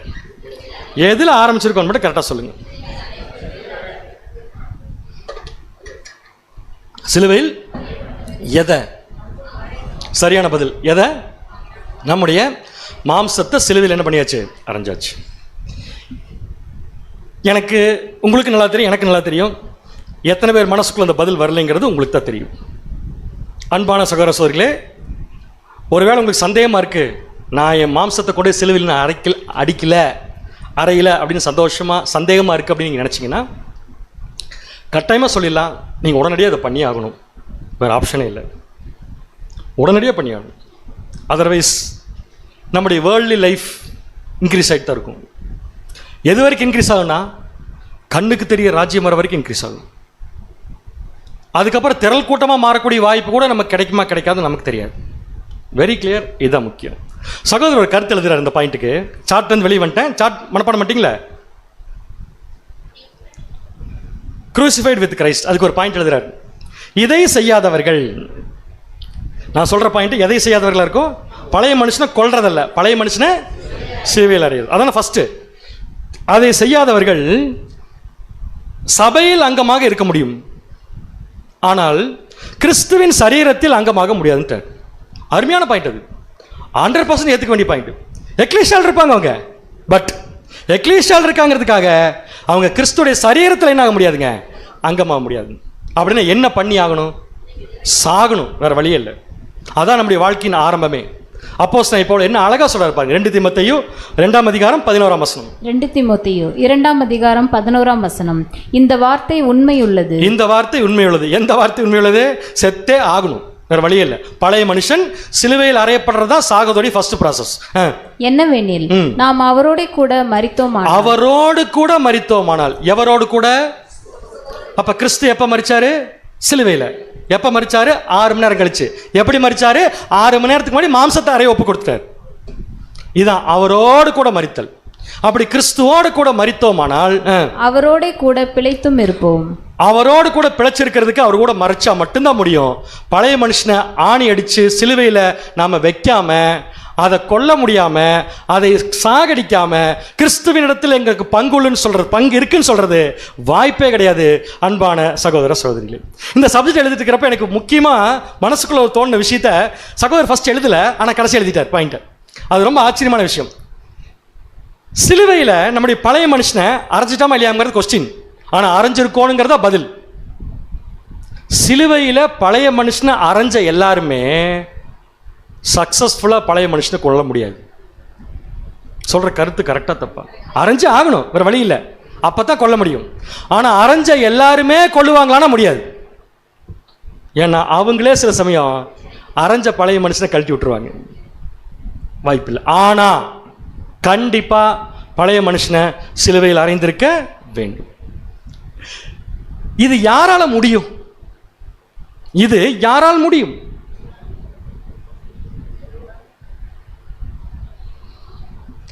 சப்ஜெக்ட் வேற எங்கே எடுக்க வந்துட்ட போட்டு நான். இது யாரால் முடியும்? நம்மளால தான் முடியும். வேற யாரால் முடியும்? அது முடியாது. நம்மளே முடியுமா? என்ன பண்ண முடியும்? அருமையான ஒரு பாயிண்ட். என்ன பண்ண முடியும்னா அதுவும் சிலுவை சம்பந்தப்பட்ட விஷயம்தான். என்ன பண்ணா சிலுவையில் அரைஞ்ச பழைய மனுஷன் சக்சஸ்ஃபுல்லா கொல்ல முடியும்னா ஒரு ப்ராசஸ் இருக்கு, அதுவும் சிலுவை பத்தின ப்ராசஸ் தான். இன்னும் கொஞ்சம் பக்கத்தில் வாங்க. ஃபர்ஸ்ட் ஸ்டெப், அதாவது மாம்சத்தை சிலுவையில் அரைஞ்சு கொல்லணும்னா, அதை வெற்றிகரமா செஞ்சு முடிக்கணும்னா முதல்ல என்ன செய்யணும்னு பார்த்தீங்கன்னா, முதல்ல அந்த சிலுவையை நாம சுமக்கணும். வாசிங்க வசனத்தை. மத்தேயு 10:38. மத்தேயு 10:38. தன் சிலுவையை எடுத்துக்கொண்டு என்னை பின்பற்றாதவன் எனக்கு பாத்திரன் அல்ல. எனக்கு முக்கியமான பாயிண்ட், 2 பாயிண்ட் இருக்குது வசனத்துல. தன் சிலுவை, வாட் இஸ் மீன் பை தன் சிலுவை? இயேசு கிறிஸ்துவின் சிலுவைன்னு ஒன்று தனியா இருக்கு பிரதர், அதை பத்தி இங்க இயேசு கிறிஸ்து பேசல. தன் சிலுவை, தன் சிலுவை மீன்ஸ் அப்ப நம்ம எல்லாருக்கும் தனித்தனி என்ன இருக்கு? தனித்தனியா என்ன இருக்குது? சிலுவை இருக்கு. தனித்தனியா நமக்கு சிலுவை இருக்கு. அந்த சிலுவையை சுமக்காம நம்முடைய பழைய மனுஷனை சிலுவையில் வெற்றிகரமா கொள்ள முடியாது. நம்முடைய மூத்த இங்க இயேசு கிறிஸ்து சொல்லிட்டார் கிளியரா, அப்படி எடுத்துக்கொண்டு என்னை பின்பற்றாதவன் எனக்கு பாத்திரன் அல்ல. கிளியரா சொல்லிட்டாரா? அப்ப மாம்சத்தை சிலுவையில் அறையிறதுங்கிறது எதன் அடிப்படையில் அமையுதுன்னா சிலுவை சுமத்தல்ங்கிற அடிப்படையில் அடையுது. என்ன ஆச்சரியம்னா இது ரெண்டுமே கிராஜுவல் ப்ராசஸ். சிலுவையை சுமக்கிறதும் சிலுவையில் அடிக்கிறதும் கிராஜுவல் ப்ராசஸ். நம்முடைய ஞானஸ்தானத்தில் பழைய மனுஷன் சிலுவை அரைஞ்சிட்டோம், ஆனா அதை டெய்லி அறையா முட்டோம்னா பொழைச்சிரும். அதுக்கு ஒரு டைம் இருக்கு இல்லையா, கொள்றதுக்கு முயற்சி எடுக்கணும் இல்லையா? அந்த முயற்சி வேற ஒண்ணுமே இல்லைங்க, சிலுவையை ஒழுங்கா சுமந்தா போதும். சிலுவையை ஒழுங்கா சுமந்தா சிலுவையில பழைய மனுஷனை அரைஞ்சிடலாம்.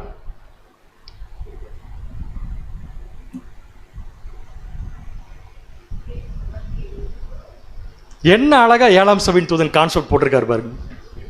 சிலுவையை சுமந்தா தான் உங்களுக்கு கிரீடம். இதை விக்கிரகன் கேள்வி கேட்கிறாங்க நம்ம கிட்ட வந்து. விக்கிரகம் அது வாழ்க்கை, லைஃப். இது சிலுவையை சுமக்காம ஜெயிக்க முடியாது. அன்பான சகோதர சகோதரிகளே, இப்ப நீங்க என்கிட்ட ஒரு கேள்வி கேட்கணும். அப்ப இயேசு கிறிஸ்துடைய மாம்சம் 6 மணி நேரம் சிலுவையில் இருந்துச்சுல, அப்ப இயேசு கிறிஸ்து சிலுவை சுமந்தாரா? கேள்வி நல்லா புரிஞ்சுக்கோங்க. இயேசு கிறிஸ்து சிலுவையில் மரிச்சார். எவ்வளவு மணி நேரத்தில் மரிச்சாரு? அப்ப சிலுவையை சுமந்தாரா? ஏன்னா கான்செப்ட் அப்பதான் மேட்ச் ஆகும். சிலுவையை சுமந்தா தான் சிலுவையில் மரிக்க முடியும். ஆண்டவர் 6 மணி நேரம் சிலுவையை சுமந்தாரா? சுமந்தார். என்ன சிலுவையை சுமந்தார்? வாசிங்க இப்ப. மத்தேயு 27:39. மத்தேயு 27:39. அந்த வழியாய் நடந்து போகிறவர்கள் தங்கள் தலையை துலுக்கி. இது முதல் சிலுவை. முதல் சிலுவையில சிலுவை தலையை துலுக்கின்னு எனக்கு அர்த்தம். கொஞ்சம் யோசிச்சு மெதுவா சொல்றீங்களா? கேலி பண்றது புரியுதா உங்களுக்கு? யாரை பார்த்து? இப்ப ஆண்டவர் எங்க இருக்காரு? எதுக்கு நின்று இருக்காரு? மறிக்கிறதுக்கு. நல்லா கவனிங்க, மறிக்க நிற்கிறார். அவரை மறிக்க விடாம பண்றதுக்கு தலையை துலுக்குறாங்க. ஏன் சொல்லுங்க? இப்ப தலையை துலுக்கிறத பார்த்து அவர் கண்டுபிடிச்சிருப்பாரு நம்மளை கிண்டல் பண்றாங்கன்ட்டு. நம்மளை கிண்டல் பண்றாங்கன்னு தெரிஞ்சுட்டு நம்முடைய ஆண்டவர் வாயை திறந்து ஒரு வார்த்தை பேசி இருந்தாருன்னா 6 மணி நேரத்தில் கண்டிப்பா அவரால் மறிக்க முடியாது. புரிஞ்சு உங்களுக்கு? அப்படின்னா சிலுவையில் மறிக்கும் போதே சிலுவையை நம்முடைய ஆண்டவர் என்ன பண்ணியிருக்காரு? சுமந்திருக்கார். தொடர்ந்து வாசிங்க. 40ஆம் வசனம். தேவாலயத்தை இடித்து 3 நாளைக்குள்ளே கட்டுகிறவன், 3 நாளைக்குள்ள கற்றவனே, உன்னை நீயே ரட்சித்துக்கொள். உன்னை நீயே என்ன பண்ணிக்கோ. என்ன கொஸ்டின் தெரியுமா? எல்லாத்தையும் ரட்சிக்க வந்திருக்கிறவனே, எல்லாத்தையும் ரட்சிக்க வேண்டாம், அதை நாங்க பாத்துக்கிறோம், உன்னை மட்டும் நீ பார் ஃபர்ஸ்ட். உன்னை ரட்சிக்க பார்க்கலாம், உன்னை ரட்சித்துக்கொள் பார்க்கலாம். நம்மளா தான் இந்த இடத்துல என்ன பண்ணிருப்போம்? உடனே பழைய மனுஷன் ரியாக்ஷன் ஸ்டார்ட் ஆயிருக்கும். நம்முடைய ஆண்டவருக்கு ஸ்டார்ட் ஆச்சுன்னா மாம்சம் புத்துணர்ச்சி பெற்றும் 6 மணி நேரத்தில் மறிக்க முடியாது. ஸோ என்ன ஸ்ட்ராட்டஜி யூஸ் பண்ணார்? வாயை திறவாதிருந்தார். சிலுவை. புரியுதா? சிலுவையில மறிக்கும் போது நம்முடைய ஆண்டவர் சிலுவையை சுமக்கிறார். அடுத்து வாசிங்க. நீ தேவனுடைய குமாரனானால். நமக்கு இதெல்லாம் விளக்கம் தெரியும். உண்மையாலுமே நீ அவருக்கு பையனா இருந்தா சிலுவையில் இருந்து இறங்கி வா என்று அவரை தூஷித்தார்கள். பழைய மனுஷன் எழுப்பி விட்டுருந்தாருன்னா என்ன இருக்கும்? ரியாக்ட் பண்ணியிருந்தாருன்னா என்ன இருக்குன்னு கேட்குறானு. ஒன்றுமில்ல, அதுக்கு ஒரு பதில் கொடுத்தாருனாலே முடிச்சதுங்க, அவ்வளோதான், முடிச்சது. சிம்பிள். ஸோ கிளியராக என்ன பண்ணார்னா, இதை சிலுவைன்னு சொல்லி அவர் சுமந்தார். அன்பான சகோதரர்களே, சிலுவையை சுமக்காம சிலுவையில் நம்முடைய பழைய மனுஷனை, நம்முடைய மாம்சத்தை மறிக்க வைக்க முடியாதுங்கிறத 6 மணி நேரத்தில் கூட நம்முடைய ஆண்டவர் காமிச்சிருக்காரு பாருங்க. இன்னொரு சிலுவை மத்தேயு 27:42. மத்தேயு 27ஆம் அதிகாரம் 42ஆம் வசனம். மற்றவர்களை ரட்சித்தான். எல்லாத்தையும் என்னமோ இவர் ரட்சிக்கிறாராமா, பெரிய டாக்டர், எல்லாத்தையும் குணமாக்குறதுக்கு இவர். தன்னைத்தான் ரட்சித்துக் கொள்ள திராணி இல்லை. திராணி இல்லை, திராணி இல்லை. நம்ம கோயம்புத்தூர் பாஷையில் சொல்லுங்க, திராணி இல்லை. திராணி இல்லை தான், வக்கில்லை, கரெக்டான பதில் தான். சுருன்னு வந்து தெரியுமா நமக்கு ஒரு கோபம், நம்ம இப்படி சொல்லும்போது. ஆண்டவருக்கு வந்துச்சா? ஏன்? அவருக்கு நல்லா தெரியும், வந்துச்சுன்னா அத்தனை பேரும் என்னால் கிடைக்கக்கூடிய இந்த ரட்சிப்புக்குள்ளே போக முடியாது, எங்கள் அப்பாவுடைய திட்டம் நிறைவேறாது. அவரே பிளான் பண்ண சூப்பர் ஸ்ட்ராட்டஜிங்க. வாயை திறவாது இருந்தார். ஓகே, இப்போ சொல்லுங்க, இந்த படத்தை வச்சு ஒரு கருத்து கூறுக. சிலுவையை சுமந்தால் பலியா? இல்லை, கொஞ்சம் பக்கத்தில் வந்துட்டீங்க. சொல்லுங்க, திருப்பி சொல்லுங்க. சிலுவையை சுமக்காம மாம்சத்தை சிலுவையில் கொல்ல முடியாது. சூப்பர். அறைய முடியாது, இல்லை அரைஞ்சாச்சு. கொல்ல முடியாது, கொல்ல முடியாது. நான் இப்படி சொல்றேன், கொஞ்சம் மாத்தி. எந்த அளவுக்கு அதிகமாக சிலுவையை சுமக்கிறோமோ அவ்வளவு சீக்கிரம் பழைய மனுஷனை சிலுவையில் கொண்டுடலாம்.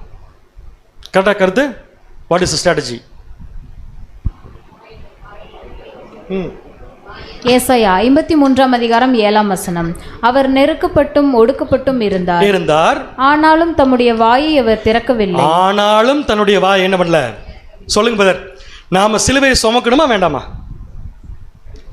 எதுக்கு எதுக்கு சிலுவை சுமக்கணுமே?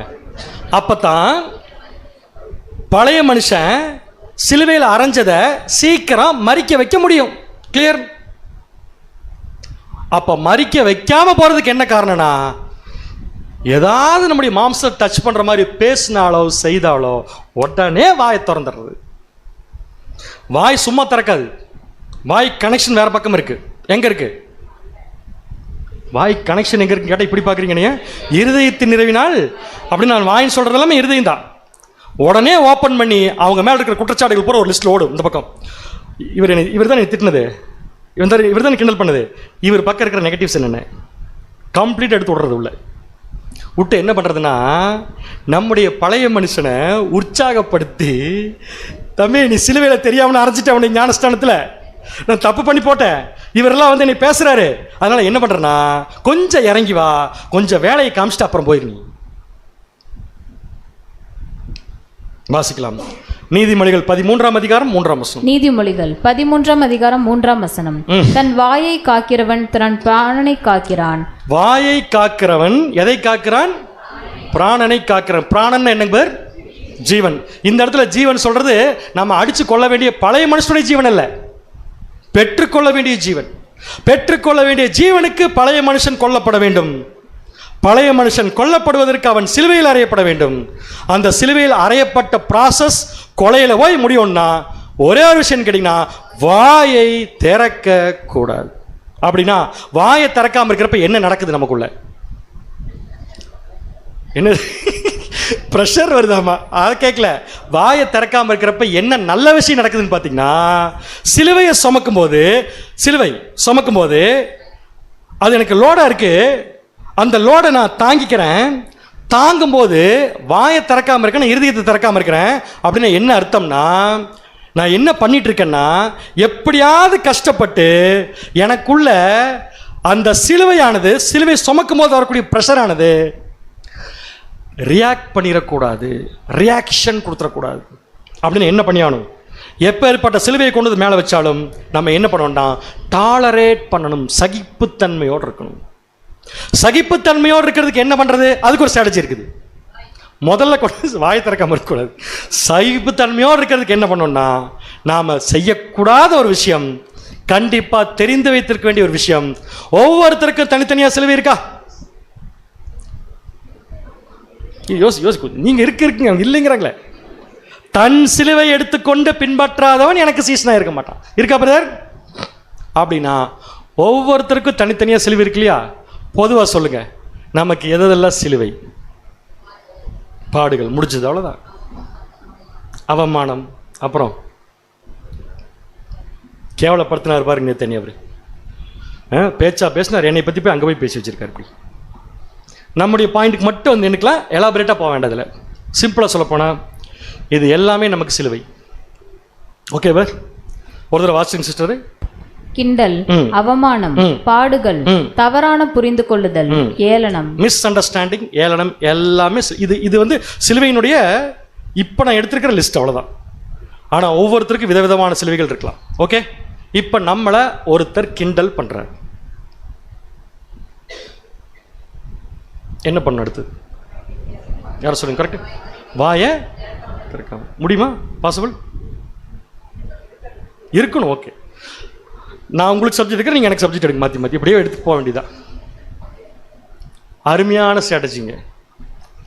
எப்படி பிரதர் கிண்டல் பண்ணும்போது வாயை திறக்காம இருக்கிறது? ஆண்டவர் நினைச்சு தானே இப்போ மெமோரியலில் அவர் அனுசரிக்கிறோம். நீங்கள் சொல்கிற மாதிரி நினச்சிக்கிறது அவர் தான். ஏன்னா அவர் எப்படி 6 மணி நேரத்தை உயிர் போக பண்ணார்னா, ஆண்டவர் நினைக்கிறதுங்கிறது கரெக்டு. அப்படி ஸ்ட்ராட்டஜி தான் நினைக்கணும். என்ன ஸ்ட்ராட்டஜி? வாயை திறந்து அப்படின்றார். வாயை மட்டும் திறக்காமல் இருந்தோம்னா ஜெயிச்சிடலாம். ஆனால் வாயை திறக்காமல் இருக்கணும்னா என்ன பண்ணோம்னா, முதல்ல புரிந்து கொள்ள வேண்டிய விஷயம், இது என் சிலுவை. ஒரு சகோதரனை தப்பா பேசுறார், அது எனக்கு என்ன? சிலுவை. என்னை அவமானப்படுத்துறாங்க, அது என்ன எனக்கு? இந்த புரிந்து கொள்ளுதல் இருந்தாலே போய் ஜெயிச்சிடலாம். நம்ம என்ன பண்ணிடுறோம், நம்ம சுமக்க வேண்டிய சிலுவை தெரியாம இதை செஞ்சவங்களை நாம பயங்கரமா கண்டம் பண்றோம். வாயை திறந்தோ வாயை திறக்காமலோ செயல்லையோ ஏதோ ஒன்று என்ன பண்றோம்னா கண்டம் பண்ண ஆரம்பிச்சிடறோம். அன்பான சகோதர சகோதரிகளே, சூழ்நிலைகளை நம்மால் ஒரு காலும் சரி செய்ய முடியாது. முடியும் நினைக்கிறீங்க நீங்க? நம்மளை சுற்றி இருக்கிற சூழ்நிலைகளை ஒரு காலும் சரி செய்ய முடியாது. முடியும் நினைக்கிறீங்க பேர்? எங்கள் கூட இருக்கவங்கள பரிசுத்தவான்களா இருக்கணும், நான் அப்போ தான் பரிசுத்தவானாக இருப்பேன். எங்கள் ஊர் இருக்கவங்கள யாரும் என்னை கிண்டல் பண்ணக்கூடாது, அப்போ தான் நான் கிண்டல் பண்ணாமல் இருப்பேன். எங்கள் ஊர் இருக்கவங்கள கேலி பண்ணக்கூடாது, அப்போ தான் நான் ஒழுங்காக இருப்பேன். எங்கள் ஊர் இருக்கவங்களாம் யாரையும் தப்பாக புரிஞ்சுக்கூடாது, அப்போ நான் சபையாக மாறிடுவேன். நெவர். சேஞ்ச் பண்ண முடியாத சேஞ்ச் பண்ண நினைக்கிறது முட்டாள்தனம். எதை சேஞ்ச் பண்ணணுமோ அதை சேஞ்ச் பண்ணிக்கணும். அப்படின்னு என்ன அர்த்தம்? சூழ்நிலை எப்படி இருந்தாலும் சரி, என் மனநிலைமை இப்படித்தான் இருக்கும். அது என்ன மனநிலை? எனக்கு எது வந்தாலும் அது நான் சுமக்க வேண்டிய சிலுவை. அந்த சிலுவைன்னு சொல்லி அதை அழகா சுமந்தன்னா, பழைய மனுஷனை நான் ரியாக்ட் பண்ண விடாம தடுத்தன்னா, வாயை மூடிட்டு பேசாம இருந்தேன்னா, பழைய மனுஷன் அப்படியே மறிச்சிட்டே இருக்கும். உண்மையில என்ன சொல்றது, எங்கேயாவது வாயை திறந்து ஒரு வார்த்தை என்னை கிண்டல் பண்ணவரை பற்றி இன்னொருத்தர்கிட்ட போய் தப்பாக பேசினாலோ, கிண்டல் பண்ணவரையே திருப்பி பேசினாலோ, நான் இன்டைரக்டாக என்ன பண்ணிட்டு இருக்கேன்னா என் பழைய மனுஷனை தூண்டி விட்டுருக்கிறேன். யார் சிலுவையில் அரைஞ்சது? யார் அரைஞ்சது? பதில் வரலையே. நம்ம தான். யார் எழுப்பி விட்டது? எதுக்கு எழுப்பி விட்டீங்க? எதுக்கு எழுப்பி விட்டேன்னா, அவர் அப்படி பேசிட்டார், இப்படி பேசுதுங்க, இதெல்லாம் நேற்று வந்ததுங்க, இப்படி பேசுத நீ என் நிலைமை பாருங்க அப்படின்னு என்ன அர்த்தம்? நான் என்னவா எடுத்துக்கலைன்னா, அவங்க பேசினதை நான் சுமக்க வேண்டிய சிலுவைன்னு நான் எடுத்துக்கல. இப்போ தான் சொன்னீங்க அழகா ஒரு கருத்து, எந்த அளவுக்கு சிலுவையை சுமக்க போகிறோம் அந்த அளவுக்கு பழைய மனுஷனை கொண்டுடலாம். சிலுவைனே தெரியாமல் உட்காந்துருந்தோம்னா எப்படி ஜெயிக்க முடியும்? ஒரு கருத்து கூட சப்ஜெக்ட் பேசுகிறப்ப வந்துச்சு ஒரு இடத்துல. ஒரு சகோதரனை நீங்கள் வந்து அவமானப்படுத்திட்டார், இந்த பக்கம் தான் வருது, சரி ஓகே. ஒரு சகோதரியை அவமானப்படுத்திட்டாங்க, சரிங்களா? ஆக்சுவலாக அவங்க எனக்கு ஹெல்ப் பண்ணியிருக்காங்க தெரியுமா? என்னை அவமானப்படுத்தி ஹெல்ப் பண்ணியிருக்காங்க. எனக்கு எதுக்கு ஹெல்ப் பண்ணியிருக்காங்கன்னா, என் பழைய மனுஷனை கொல்றதுக்கு ஒரு ஆப்பர்ச்சுனிட்டி எடுத்து கொடுத்துருக்காங்க எனக்கு. அன்பான சகோதரி, என்னை கிண்டல் பண்ணீங்களாமே, ரொம்ப சந்தோஷம் எனக்கு. ஏன்னா உங்க பழைய மனுஷனை பத்தி நீங்க கவலைப்படாம என் பழைய மனுஷன் நான் கொல்லுங்கிறதுக்காக என்னை தூண்டி விட்டீங்க பாத்தீங்களா? Thank you very much. இப்படி சொன்னீங்கன்னு வச்சுக்கோங்க, அவங்க அப்படியே சிலையாட்டு நிற்பாங்க. இன்ஃபேக்ட் சிலையாகிறதுக்கு கூட வாய்ப்பு இருக்கு அப்படின்றாங்க. இதை நம்மளால பண்ண முடியாதா பேர்? உண்மை சொல்லுங்க, பண்ண முடியாதா? கட்டாயமா முடியும். பண்றது இல்லை. ஏன் தெரியுமா? இன்னும் மாம்சத்தை சிலுவையிலே அறையாம எப்படி சிலுவையை சுமக்க முடியும்? நிறைய பேர் மிஸ் பண்றது அதான். மாம்சத்தை சிலுவையில அறையில, ஆனா சிலுவை சுமக்கணும். Never, not possible. நம்முடைய மாம்சம் அதன் ஆசை இச்சைகளை கண்டிப்பா எங்க அரைஞ்சிருக்குன்னா சிலுவையில் அரைஞ்சிருக்கணும். புரியுதா உங்களுக்கு? அப்ப நம்முடைய வாழ்க்கை எப்படி? பேப்டிசத்துல பழைய மனுஷனை கொல்லுல சிலுவையில் அரைஞ்சிட்டோம். நாள்தோறும் சிலுவையை சுமக்கிறோம். அந்த சிலுவை சுமக்கிறதன் விளைவா அதை சகிச்சு பழைய மனுஷனை கொன்று கொண்டிருக்கிறோம். இந்த ப்ராசஸ் தான் நம்முடைய ஆண்டவர் கொடுத்த அழைப்பு. ஆனா என்னன்னா, இப்ப நமக்கு அது வேற விதமா புரியுது. பேசிக் சப்ஜெக்ட் எடுக்கிறப்ப அதான் முதல் வசனமே. வாசிக்கலாம் பாருங்க. மத்தேயு 16 அதிகாரம் 24 வசனம். மத்தேயு 16 அதிகாரம் 24 வசனம். அப்பொழுது இயேசு தம்முடைய சீஷர்களை நோக்கி, வேற யாரை நோக்கியும் இல்ல. யார் இப்பொழுது சீஷர்கள் சொல்லுங்க? அப்படி சொல்லி எப்படி சொல்றீங்க? நம்ம தான் சிலுவை சுமக்கிறோம்ல, சிலுவையை அரைஞ்சிட்டோம். யார் அரைஞ்சிங்க? எங்க அரைஞ்சிங்க? பேப்டிஸ்ட்ல அரைஞ்சாச்சு. யார? அது மாதிரி கேட்டுக்கணும். பழைய மனுஷனை சிலுவையில் அரைஞ்சாச்சு. சோ ஒருவன் என்னை பின்பற்றி வர விரும்பினால் தம்முடைய சீஷர்களை நோக்கி, ஒருவன் என்னை பின்பற்றி வர விரும்பினால் அவன் தன்னைத்தான் வெறுத்து, அவன் என்ன பண்ணணும்? தன்னைத்தான் வெறுத்துங்கிறது சப்ஜெக்ட் படி சொல்லுங்க.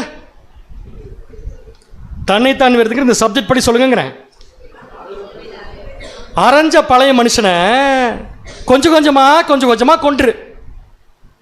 தன்னைத்தான் வெறுத்து செல்ஃப் தானே, சுயம் தானே. சுயத்தை கொஞ்சம் கொஞ்சமா கொன்று தன் சிலுவையை எடுத்துக்கொண்டு எதை எடுத்து வரணும்? சிலுவை எடுக்க கொண்டுகிட்டே இருக்கணும். அவமானம் வருதா, பாடு வருதா, கஷ்டம் வருதா, சகிச்சுக்கோங்க. வாயை திறக்காதீங்க. பழைய மனுஷனை கொண்டுட்டு கடைசி என்ன சொல்றாருன்னா, என்னை பின்பற்ற கடவுள். இது ஒரு பெரிய ப்ராசஸ். சிலுவையை சுமந்துடுறோம், தாங்கிக்கிறோம். ஆனா வெயிட் தாங்க முடியாம வேற ரூட்ல போறது உண்டு. அவர் கிளியரா சொல்லிட்டார் யாரை பின்பற்றணும். இவ்வளவு கஷ்டப்பட்டு சிலுவையை எடுத்துக்கிட்டு பழைய மனுஷனை அரைஞ்சும் போட்டு கடைசியில் ரூட் மாறி போனா, இதுவும் சில பேருக்கு நடக்குது, ரூட் மாறி போறது. அப்படி நடக்கிறவங்களை பத்தி பவுல் சொல்றாரு. பிலிப்பியர் 3 அதிகாரம் 18 வசனம். பிலிப்பியர் 3 அதிகாரம் 18 வசனம். ஏனெனில் அநேகர் வேறு விதமாய் நடக்கிறார்கள். எப்படி நடக்கிறார்கள்? என்ன வேறு விதமாய்? அவங்க ஞாயிற்றுக்கிழமை ஆராதனைக்கு பதிலாக சனிக்கிழமை வச்சிருக்காங்க ஆராதனை. ஆனா சுமந்துட்டாங்க, சிலுவையை அடிச்சுட்டாங்க. ஆனா இயேசு கிறிஸ்து பின்னாடி போகாம வேற பக்கம் போறாங்க. அவர்கள் கிறிஸ்துவின் சிலுவைக்கு பகைஞர் என்று உங்களுக்கு அநேக தரம் சொன்னேன். அன்பான சகோதரர்களே, அவர் கிறிஸ்துவுக்கு பகைஞர் அல்ல. கவனிச்சிக்கலாம் வசனத்தை. கிறிஸ்துவின், எது கிறிஸ்துவின் சிலுவை? அவர் அன்னைக்கு அரைஞ்சாங்க இல்லையா, அந்த சிலுவையை நம்முடைய வாழ்க்கையில அவரோடு கூட நம்முடைய பழைய மனுஷன் சிலுவையில் அரைஞ்சிருக்கிறோம். அந்த ப்ராசஸை தப்பா பண்ணா இப்ப எதுக்கு நம்ம பகைஞராயிடுறோம்? கிறிஸ்துவின் சிலுவைக்கு பகைஞர் என்று உங்களுக்கு நிறையா தடவை சொல்லியாச்சு. கடைசியில் இப்போ என்ன பண்ணி சொல்கிறேன்னா, அழுதுட்டாவது என்ன பண்ணுறேன்னா உங்களுக்கு இதை சொல்கிறேங்கிறார். ஓகே, நமக்கு அழுதுட்டு சொல்லணுமா அழுது உடனே கேட்டுக்குவோமா? உடனே கேட்டுக்குவோம் நம்ம. தேங்க்யூ. இது என்ன சப்ஜெக்ட் படி சொல்லுங்க. இது என்ன? ஆமாம், கரெக்டாக சொல்லுங்க. இது என்னது? சிலுவை. நமக்கு அவமானம் வந்துச்சுன்னா இதுக்கு பேர் என்ன? நம் சிலுவை. புரியுதா உங்களுக்கு? இது சிலுவை. அப்ப சிலுவை இருக்கு. இதை தூக்கி தேவன் நம்ம மேல வச்சாருன்னு என்ன அர்த்தம்? இது நம் சிலுவை. அப்படி என்ன அர்த்தம்னா, எனக்கு வந்து அவமானத்தை நான் மட்டும் தான் ஜாம்பேன், யாரும் வரக்கூடாது. அந்த கட்ஸ் இருக்கணும் நமக்கு, அந்த ஸ்டஃப் இருக்கணும் நம்ம கிட்ட. தூக்கி தூக்கி மாத்தி வைக்கிறது, மாத்தி ரூட் மாறி போறது, சிலுவையை சில சமயத்தில் கீழே வச்சிடுறது, இதெல்லாம் சிலுவையில் அரைஞ்சு பழைய மனுஷனை கொல்றதுக்கான ப்ராசஸ் அல்ல. சரி, இயேசு கிறிஸ்து தான் சப்ஜெக்டுடைய ஆரம்பம். இப்போ நான் ஒரு கேள்வி கேட்குறேன். 6 மணி நேரத்தில் மாம்சத்தை மறிக்க ஸ்டெப் எடுத்தார்ல, சிலுவையும் சுமந்தார்ல, சிலுவையும் சுமந்தாரு, சிலுவையெல்லாம் மறிச்சார். அந்த 6 மணி நேரத்தில் இயேசு கிறிஸ்து வருத்தப்பட்டாரா சந்தோஷப்பட்டாரா? ஏன் சந்தோஷம்? என்ன சந்தோஷம் இருக்கு? அவ்வளோதான் டிஸ்கஷன் ரவுண்டு. இப்போ ஏன் சந்தோஷம்? தேவனுடைய சித்தம் நிறைவேறு. சூப்பர் பேர் அப்படின்னா நீங்கள் ஒரு பாயிண்ட் சொல்கிறீங்க, அந்த பாயிண்ட்டு நம்ம புரிஞ்சுக்கிட்ட பாயிண்ட்டு. ஆனால் இயேசு கிறிஸ்து சொல்கிறாரு, ஒரு மனுஷன் சக்ஸஸ்ஃபுல்லாக சிலுவை சுமக்கணும்னா, வெற்றிகரமாக பழைய மனுஷனை கொல்லணும்னா அவனுக்கு என்ன தெரிஞ்சிருக்கணுமாமா? அவனுக்கு முன்னாடி ஒரு சந்தோஷம் இருக்கணுமாமா. அவனுக்கு முன்னாடி என்ன இருக்கணும்? நான் ஒரு வசனத்தை சொல்லிட்டு இருக்கிறேன். ஆமாம்மா, அது தெரியுது எங்களுக்கு, ஆனால் வசனம் வரல. எபிரேயர் 12:2. எபிரேயர் 12:2. அவர் தமக்கு முன் வைத்திருந்த சந்தோஷத்தின் ஒரே பாயிண்ட் தான். அதுல என்ன வேணாலும் அடங்கும் பேர், அவ்வளவுதான். அப்படின்னு என்ன தெரியுங்களா? தேவன் சார்பா என்னென்ன இருக்கோ அதெல்லாம் சந்தோஷம்.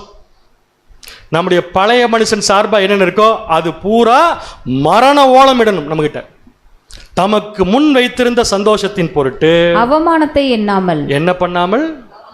எல்லாரும் ஒரு தடவை சொல்லுங்க. எனக்கு இல்ல, சகோதரர் வாயிலிருந்து வரவே இல்லை சுத்தமா. அவமானத்தை என்ன அப்படின்னு என்ன பேர் அர்த்தம்? அவமானங்கிற சிலுவைய சுமந்து, அவ்வளவுதான், வேற ஒண்ணுமே இல்லை. அவமானத்தை எண்ணாமல் சிலுவையை சகித்து. என்ன பண்ணாரு? சிலுவையை சகித்து தேவனுடைய சிங்காசனத்தின் வலது பார்சத்தில் வீற்றிருக்கிறார். ஓகே, வெரி குட் கான்செப்ட் புரிஞ்சது நமக்கு. கிறிஸ்து நொறுக்கப்பட்டார், நம்ம கிறிஸ்துவோட நொறுக்கப்பட்டு கொண்டிருக்கிறோம். யாருக்கு இது நடக்கும்னா, யார் யாரெல்லாம் பழைய மனுஷனை சிலுவையில் அரைஞ்சிருக்காங்களோ அவங்களுக்கு தான். தேவன் உங்களுக்கு கொடுக்குற கிஃப்ட் என்ன? இன்னும் நிறைய சிலுவையை சுமக்க வைப்பார். சிலுவையை நல்லா சுமக்கிறதுனால பழைய மனுஷனை நல்லா கொள்ளுவாங்க. கடைசியா அவங்க மாம்சம், அவங்க எர்த்லி லைஃப்க்கு சீக்கிரம் ஒரு முடிவு என்ன வந்துடும். ரைட்? அப்படின்னா வாழும்போது ஏன் எனக்கு அவமானம் வருகிறது? First point. கரெக்டாக சப்ஜெக்ட் புரிஞ்சிங்கன்னா கரெக்டாக பதில் சொல்லுங்க. ஏன் எனக்கு அவமானம் வருது? என்னை ஏன் இவர் அவமானப்படுத்துறாரு? என்னை ஏன் கேலி பண்றாங்க? என்னை புரிஞ்சுக்காம ஏன் பேசுறாங்க? என்னை பத்தி ஏன் போய் தப்பு தப்பா பேசுறாங்க? ஃபர்ஸ்ட், ஆஹா சூப்பர் பாயிண்ட் சொல்லுங்க. என்னுடைய மாம்சம், சொல்லுங்க கரெக்ட், நல்லா இருக்குது. இப்போ மறிக்கிறப்போன்னு தோணுது எனக்கு. என்னுடைய மாம்சம் சீக்கிரமா மறிக்கணும். சூப்பர், அவ்வளோதான், முடிஞ்சது கான்செப்ட். இப்போ யார் மேலே நம்ம கம்ப்ளைண்ட் சொல்லுவோமா? கம்ப்ளைண்ட் சொல்லுங்க பக்கத்தில் பார்த்து. இவங்க எனக்கு இதை அன்னைக்கு இப்படி பேசிட்டாங்க, அவர் எனக்கு அப்படி பேசிட்டார், நீங்கள் எப்படி இப்படி சொல்லலாம்? நான் ஏன் தெரியுமா அப்படி சொன்னேன்? உங்களுக்கு ஹெல்ப் பண்ணுறதுக்கு தான். என்ன ஹெல்ப் பண்ண? சீக்கிரம் உங்கள் பழைய மனுஷன் சாக வைக்கிறதுக்கு ஹெல்ப் பண்ணியிருக்கேன். அதே மாதிரி எனக்கு ஒருத்தர் ஹெல்ப் பண்ணியிருக்கார். என்ன பதில் சொல்கிறீங்க? உங்களை நான் எப்படி அவமானப்படுத்தணும், நீங்கள் எப்படி என்னை அவமானப்படுத்துறீங்களோ அதே மாதிரி என்னை ஒருத்தர் என்ன பண்ணியிருக்காரு அப்படின்னு என்ன அர்த்தம்? இவங்க எல்லாம் சேர்ந்து ஒட்டு மொத்தமாக என்ன பண்ணாலும் இது எல்லாத்தையும் நான் எதுக்கு யூஸ் பண்ணுவேன்னா, என்னுடைய மாம்சத்தை மறிக்க வைக்க யூஸ் பண்ணிக்குவேன். ஒரு பொருளை எரிக்க சொல்கிறாங்க. ஒருத்தர் அவசரமாக ஓடி வந்து பெட்ரோல் கொடுக்குறாரு, ஊற்றிக்கோங்கட்டு. என்ன பண்ணுவீங்க நீங்கள்? பெட்ரோல் கொண்டு வந்துடுறேன். சே, நல்ல நேரத்தில் வந்தீங்க, ஊற்றும்ல. இப்போ நம்மளை அவமானப்படுத்துறவர் யார்? உதவி பண்ணுறவர், பெட்ரோல் கொண்டு வந்தவர். கரெக்ட் தானே? கரெக்டாக இல்லை நான் சொல்கிறது? அப்போ இனிமேல் நம்ம யாராவது வாயை திறந்து என்னை இப்படி தப்பாக பேசிட்டாங்க, அவமானப்படுத்திட்டாங்க, என்னையெல்லாம் அவமானம், இந்த எக்லிஷாவுக்கு போய் என்னை ரொம்ப அவமானப்படுத்திட்டாங்க. சூப்பர் பிரதர், வாழ்த்துக்கள். அந்த எக்லிஷாவே சேர்த்து உங்களை என்ன பண்ணியிருக்குன்னா ஹெல்ப் பண்ணியிருக்கு. இதுதான் கிறிஸ்துவோடு மறிக்கப்படுதல். சகோதரர் ஒரு பாயிண்ட் எழுதியிருக்காருங்க, உண்மையாலுமே என் இருதயத்தை தொலைச்ச பாயிண்ட் அது. இவர் பேசுகிற வார்த்தை என்னை குத்துது அப்படின்னு நான் சொல்கிறேன். சகோதரர் சொல்கிறார், சூப்பர் ஆப்பர்ச்சுனிட்டி உங்களுக்கு கிடச்சிருக்கு. ஏன் தெரியுமா? மாம்சத்தை சிலுவையில் அறையோன்னா தொலைக்கிற பொருள் தான் நமக்கு வேணும், குத்துறதுக்கு ஒரு பொருள் வேணும், ஷார்ப்பாக இருக்கு நம்மள பேர். அப்போ இவர் திட்டின வார்த்தை எனக்கு ஷார்ப்பாக இருக்குன்னா என்ன பண்ணிக்கணுமாமா? அப்படியே வாங்கிட்டு வந்து சிலுவையில் அடிச்சிருக்கிறார் உங்கள் மாம்சத்தை. இதை விட பெஸ்ட் ஆப்பர்ச்சுனிட்டி உங்களுக்கு கிடைக்காது. துளையிடும் வார்த்தைகள் வருகிறதா? அன்பான சகோதரர்களை, எடுத்து உங்கள் மாம்சத்தை ஈஸியா பெயின் இல்லாமல் அடிச்சுக்கலாம் நீங்க. இது ஸோ சப்ஜெக்ட் ஓவர். இனி ஒன்லி வசனம் மட்டும்தான் வாசிக்கலாமா? ஏன் சபைக்குள்ள பிரச்சனை வருது? ஏன் சபைக்குள்ள பிரிவினைகள் வருது? அது சூழ்நிலை. ஏன்? ஒய்? தேவன் உட்கார்ந்துருக்க 150 பேரும் யார் யார் எப்படிப்பட்டவன் கண்டுபிடிக்கிறதுக்கு அது ஒன்று போதும். ஒரு பிரச்சனை வந்தா what will be our reaction அப்படிங்கிறது நம்முடைய மனநிலைமையை பொறுத்து அமையும். Very clear. என்னை ஒரு விஷயம் பாதிக்குதுன்னா கட்டாயமா அது எனக்கு கொடுத்த சிலுவை. பேங்க்ல போய் 5 கோடி கடன் வாங்கிட்டு அது என் சிலுவைன்னு தயவு செஞ்சு என்ன பண்ணிடாதீங்க, சொல்லிடாதீங்க. எங்கள் வீட்டு பக்கம் பஸ் வரதே இல்லை, அது நான் சுமக்கும் சிலுவை. தயவுசெய்து சொல்லிடாதீங்க. அதெல்லாம் உங்கள் பழைய மனுஷனை கொள்றதுக்கு யூஸ் ஆகவே ஆகாது. Very clear. இங்கே வரக்கூடிய பிரச்சனை தான். அப்படின்னா இங்கே வர்றது பிரச்சனையா, நமக்கு ஹெல்ப் பண்ணுற பெட்ரோலா? ஹெல்ப் பண்ணுற பெட்ரோல். வாசிங்க இப்போ வசனம். 1 கொரிந்தியர் 11:18 மற்றும் 19. 1 கொரிந்தியர் 11ஆம் அதிகாரம் வசனம் 18 முதல். முதலாவது, நீங்கள் சபையிலே கூடி வந்திருக்கும் போது. வீட்டில் உட்காந்து ஆன்லைனில் பார்க்கும்போது அல்ல, சபைகளில் கூடி. இப்போ நிறைய பேருக்கு சிரிப்பு வராது, எனக்கு தெரியும்.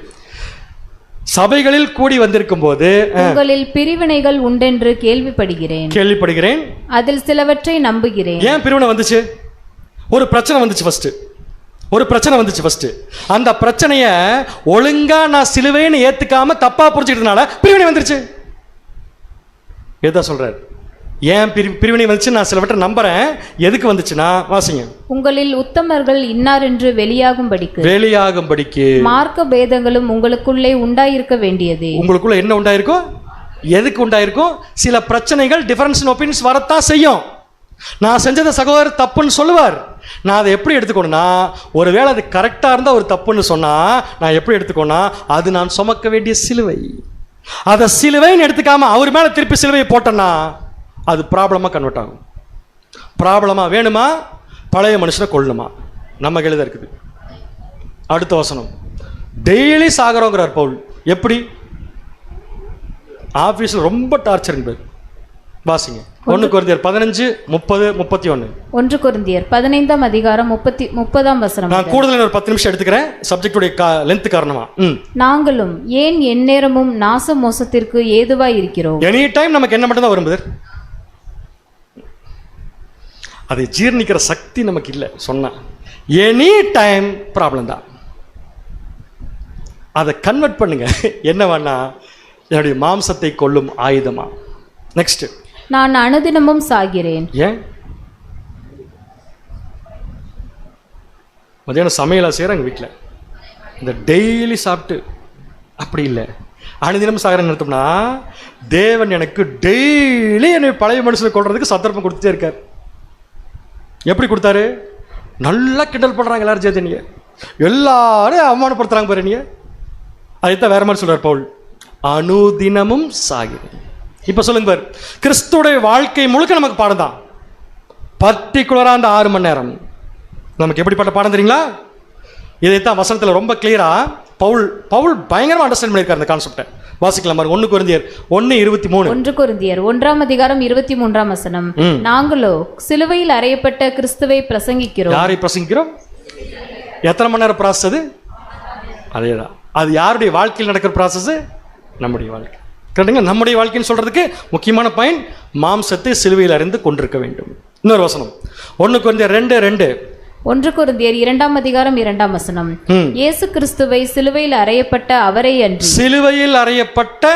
அவரை அன்றி வேறொன்றையும் உங்களுக்குள்ளே அறியாதிருக்க தீர்மானித்திருக்கிறேன். வேற ஒண்ணு நீங்க தெரிஞ்சுக்க வேண்டிய அவசியம் இல்லை. அந்த 6 மணி நேரத்தை ஒழுங்கா படிங்க போட்டார். அதைத்தான் நீங்க படிச்சிருக்கிறோம். என்ன பண்ணு பேர்? எது வந்தாலும் ஷார்ட் ஆன்சர் பண்ணுங்க. என்ன வந்தாலும் என்ன பண்ணணும்? நம்ம இப்ப வாயை தரக்கூடாது. Super point. ஃபர்ஸ்ட் அது என்ன திங்க் பண்ண தெரியுமா? நான் சுமக்க வேண்டிய சிலுவை. கரெக்ட்.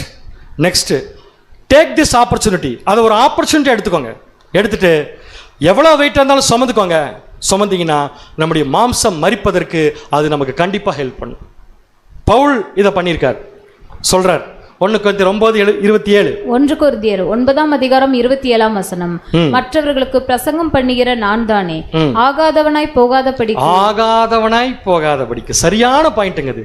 ஒருத்தன் ஆகாதவனா போறதுக்கு மெயின் காரணமே எதுன்னு பாத்தீங்கன்னா, சரீரத்தை ஒடுக்கி கீழ்ப்படுத்துகிறேன். சரீரத்தை எப்படி ஒடுக்க முடிஞ்சு? அதை சிலுவையில் அரைஞ்சாச்சு ஞானஸ்தானத்துல. அதுக்கப்புறம் அதை என்ன பண்ணணும்? நாள்தோறும் ஒடுக்கி கீழ்ப்படுத்தணும். ஒடுக்கி கீழ்ப்படுத்துறதுக்கு தேவன் நமக்கு என்ன சப்போர்ட் பண்ணுவார்? சிலுவையை கொடுப்பார். சிலுவைன்னு ஏத்துக்கிட்டு அதை சம்பந்தம்னா இது வெற்றிகரமா நமக்குள்ள நடந்து முடிக்கும். அன்பான சகோதர சகோதரிகளே, நெக்ஸ்ட் பாயிண்ட்.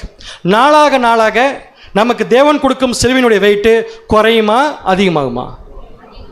இங்க ஒரு பதில் வந்துச்சு. இப்ப திருப்பி கொஸ்டின் ரிப்பீட் பண்றேன். நாளாக சிலுவையினுடைய வெயிட்டு குறைஞ்சிட்டே வருமா அதிகமாகுமா? அதிகமாயிட்டு தான் வரும். ஆனா நமக்கு அது குறைஞ்சிட்டே போகுங்கிறார். என்ன பேர் சொல்ல வரீங்க? சூப்பர். அனுதினமும் கொலை பண்ணி பழகிட்டோம்னா, அனுதினமும் கொலை செய்து பழகிவிட்டால், தேவன் கொடுக்கக்கூடிய சிலுவைகள் வெயிட்டா இருந்தா கூட அது நமக்கு எப்படி போயிரும்னா லகுவா போயிடும். நல்ல பாடி பில்ட் பண்ணியிருக்காரு ஒருத்தர். அவர் இந்த ஃபேனை தூக்கிச்சோன்னா என்ன பண்ணுவாரு? ஒரே நம்மளை தூக்கிச்சோன்னா 2 கை 2 காலில் தூக்குவோம். ஏன்? பிராக்டிஸ் இல்லை. புரியுது உங்களுக்கு? அந்த பிராக்டிஸை தேவன் கிளியரா கொடுத்துறாரு. அழகா எழுதியிருக்கா சகோதரர். அண்ட் வித் ஹிஸ் விக்டரி, அவனுடைய சிலுவை சுமந்து அவன் பெற்ற வெற்றி. His victory, he was stronger and his cross seemed to be lighter. அது லைட்டா இருக்காது, கிராஸ் வெயிட் கம்மியா இருக்காது. அவனுக்கு அது என்ன மாறிடும் பார்த்தீங்கன்னா, லைட்டா வெயிட் கம்மியா மாறிடும். எப்படி மற்ற சகோதரர்கள் அழகா ஜெயிச்சுட்டு போயிட்டு இருக்காங்கன்னா ப்ராசஸ் தான், வேற ஒண்ணுமே இல்லை. வாசிச்சு முடிக்கலாம். நம்முடைய சகோதரர் கொடுத்த கன்க்ளூஷன், நம்ம ஆண்டவர் தம்முடைய சித்தத்தை ஒதுக்கி சிலுவையில் அறைந்து, பாருங்க, அவருடைய சித்தத்தை எதில் அரைஞ்சிட்டாரமா?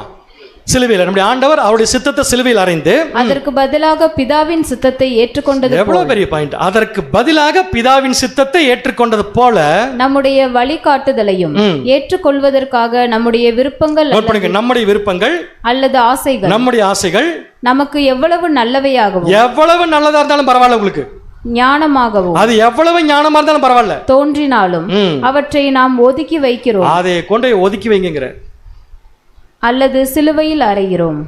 ஒதுக்கி வச்சா திருப்பி வந்துரும் பயமா இருக்கா? அரைஞ்சிருங்க. கொல்லுங்கன்னு சொல்ல, என்ன பண்ணுங்க? அரைஞ்சிருங்க. அரைஞ்சதுக்கு அப்புறம் என்ன பண்ணணும்? அனுதினமும் சாகிறேன். கொன்றால் வெற்றி பெறலாம். அதற்கு நாம் தேவனிடத்தில் போய் கேட்க வேண்டிய ஒரே ஒரு விஷயம் என்ன? தேவனே, நல்ல சிலுவை எனக்கு என்ன பண்ணுங்க? கொடுங்க. வாசிங்க தொடர்ந்து. கர்த்தராகிய இயேசு இப்போது மகிமைப்படுத்தப்பட்டவர். ஏன்னா முடிச்சிட்டார். அதையே தந்தையின் திட்டத்தை நிறைவேற்றுவதில் இன்னும் மகிழ்ச்சி அடைகிறார். மேலும் அதன் மகத்துவத்தை அவர் இப்போது முழுமையாக பாராட்ட முடியும். அவரால் இப்ப அதை ஃபீல் பண்ண முடியும். எப்ப? ஜெயிச்சதுக்கு அப்புறம். அதே மாதிரி நம்மளால கூட இப்ப இந்த பாடத்தை கேட்கறது, ஒருவேளை சிலுவை சுமக்கிறது கஷ்டமா இருந்துச்சுன்னா பின்னாடி தெரியும் இது ஒரு பெரிய கஷ்டமே இல்லைன்னு தெரியும் சொல்லி அழகா என்ன பண்ணிட்டார்னா, கிரைஸ்ட் crucified with Christ. 2 வசனம்.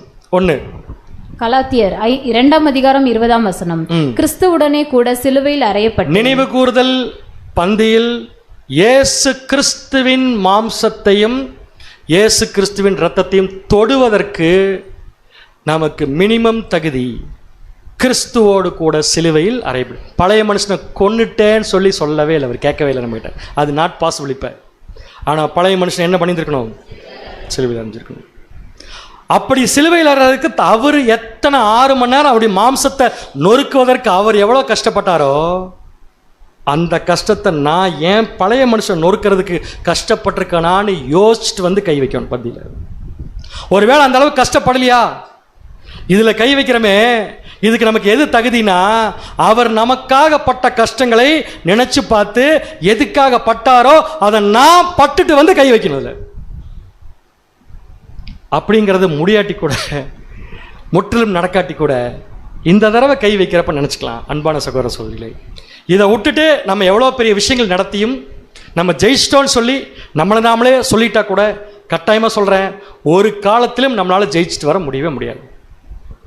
ஆனால் ஜெயிச்சிட்டோம்னா இதை ஒன்றை மட்டும் தான் காரணமாக சொல்லுவோம். என்ன தெரியுமா?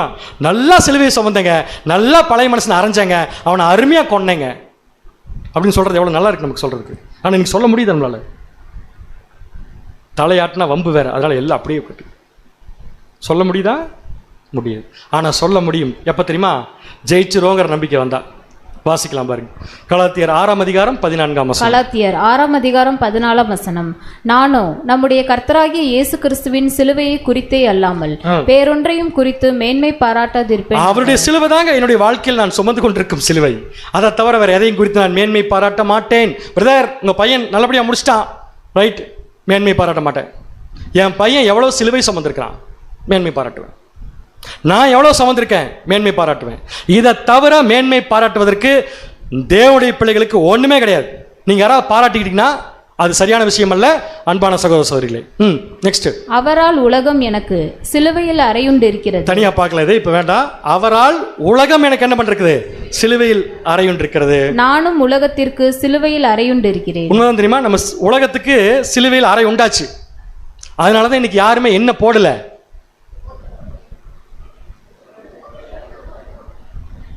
இன்னும் ஒரு சலசலப்பு. வீட்டில் ஓட்டு பிரிச்சிங்களா? அன்பான சகோதரர்களே, இவ்வளோதான் விஷயம். உலகத்தோட திங்கிங்கும் நம்முடைய திங்கிங்கும் இருக்கிற மிகப்பெரிய வித்தியாசம் இதுதான். சரிங்களா? ஸோ என்ன பண்ணலாம்? ஒரே ஒரு கேள்வி மட்டும் கேட்டு முடிச்சுக்க. என்ன பண்ணலாம்? இல்லை என்ன பண்ணலாம்?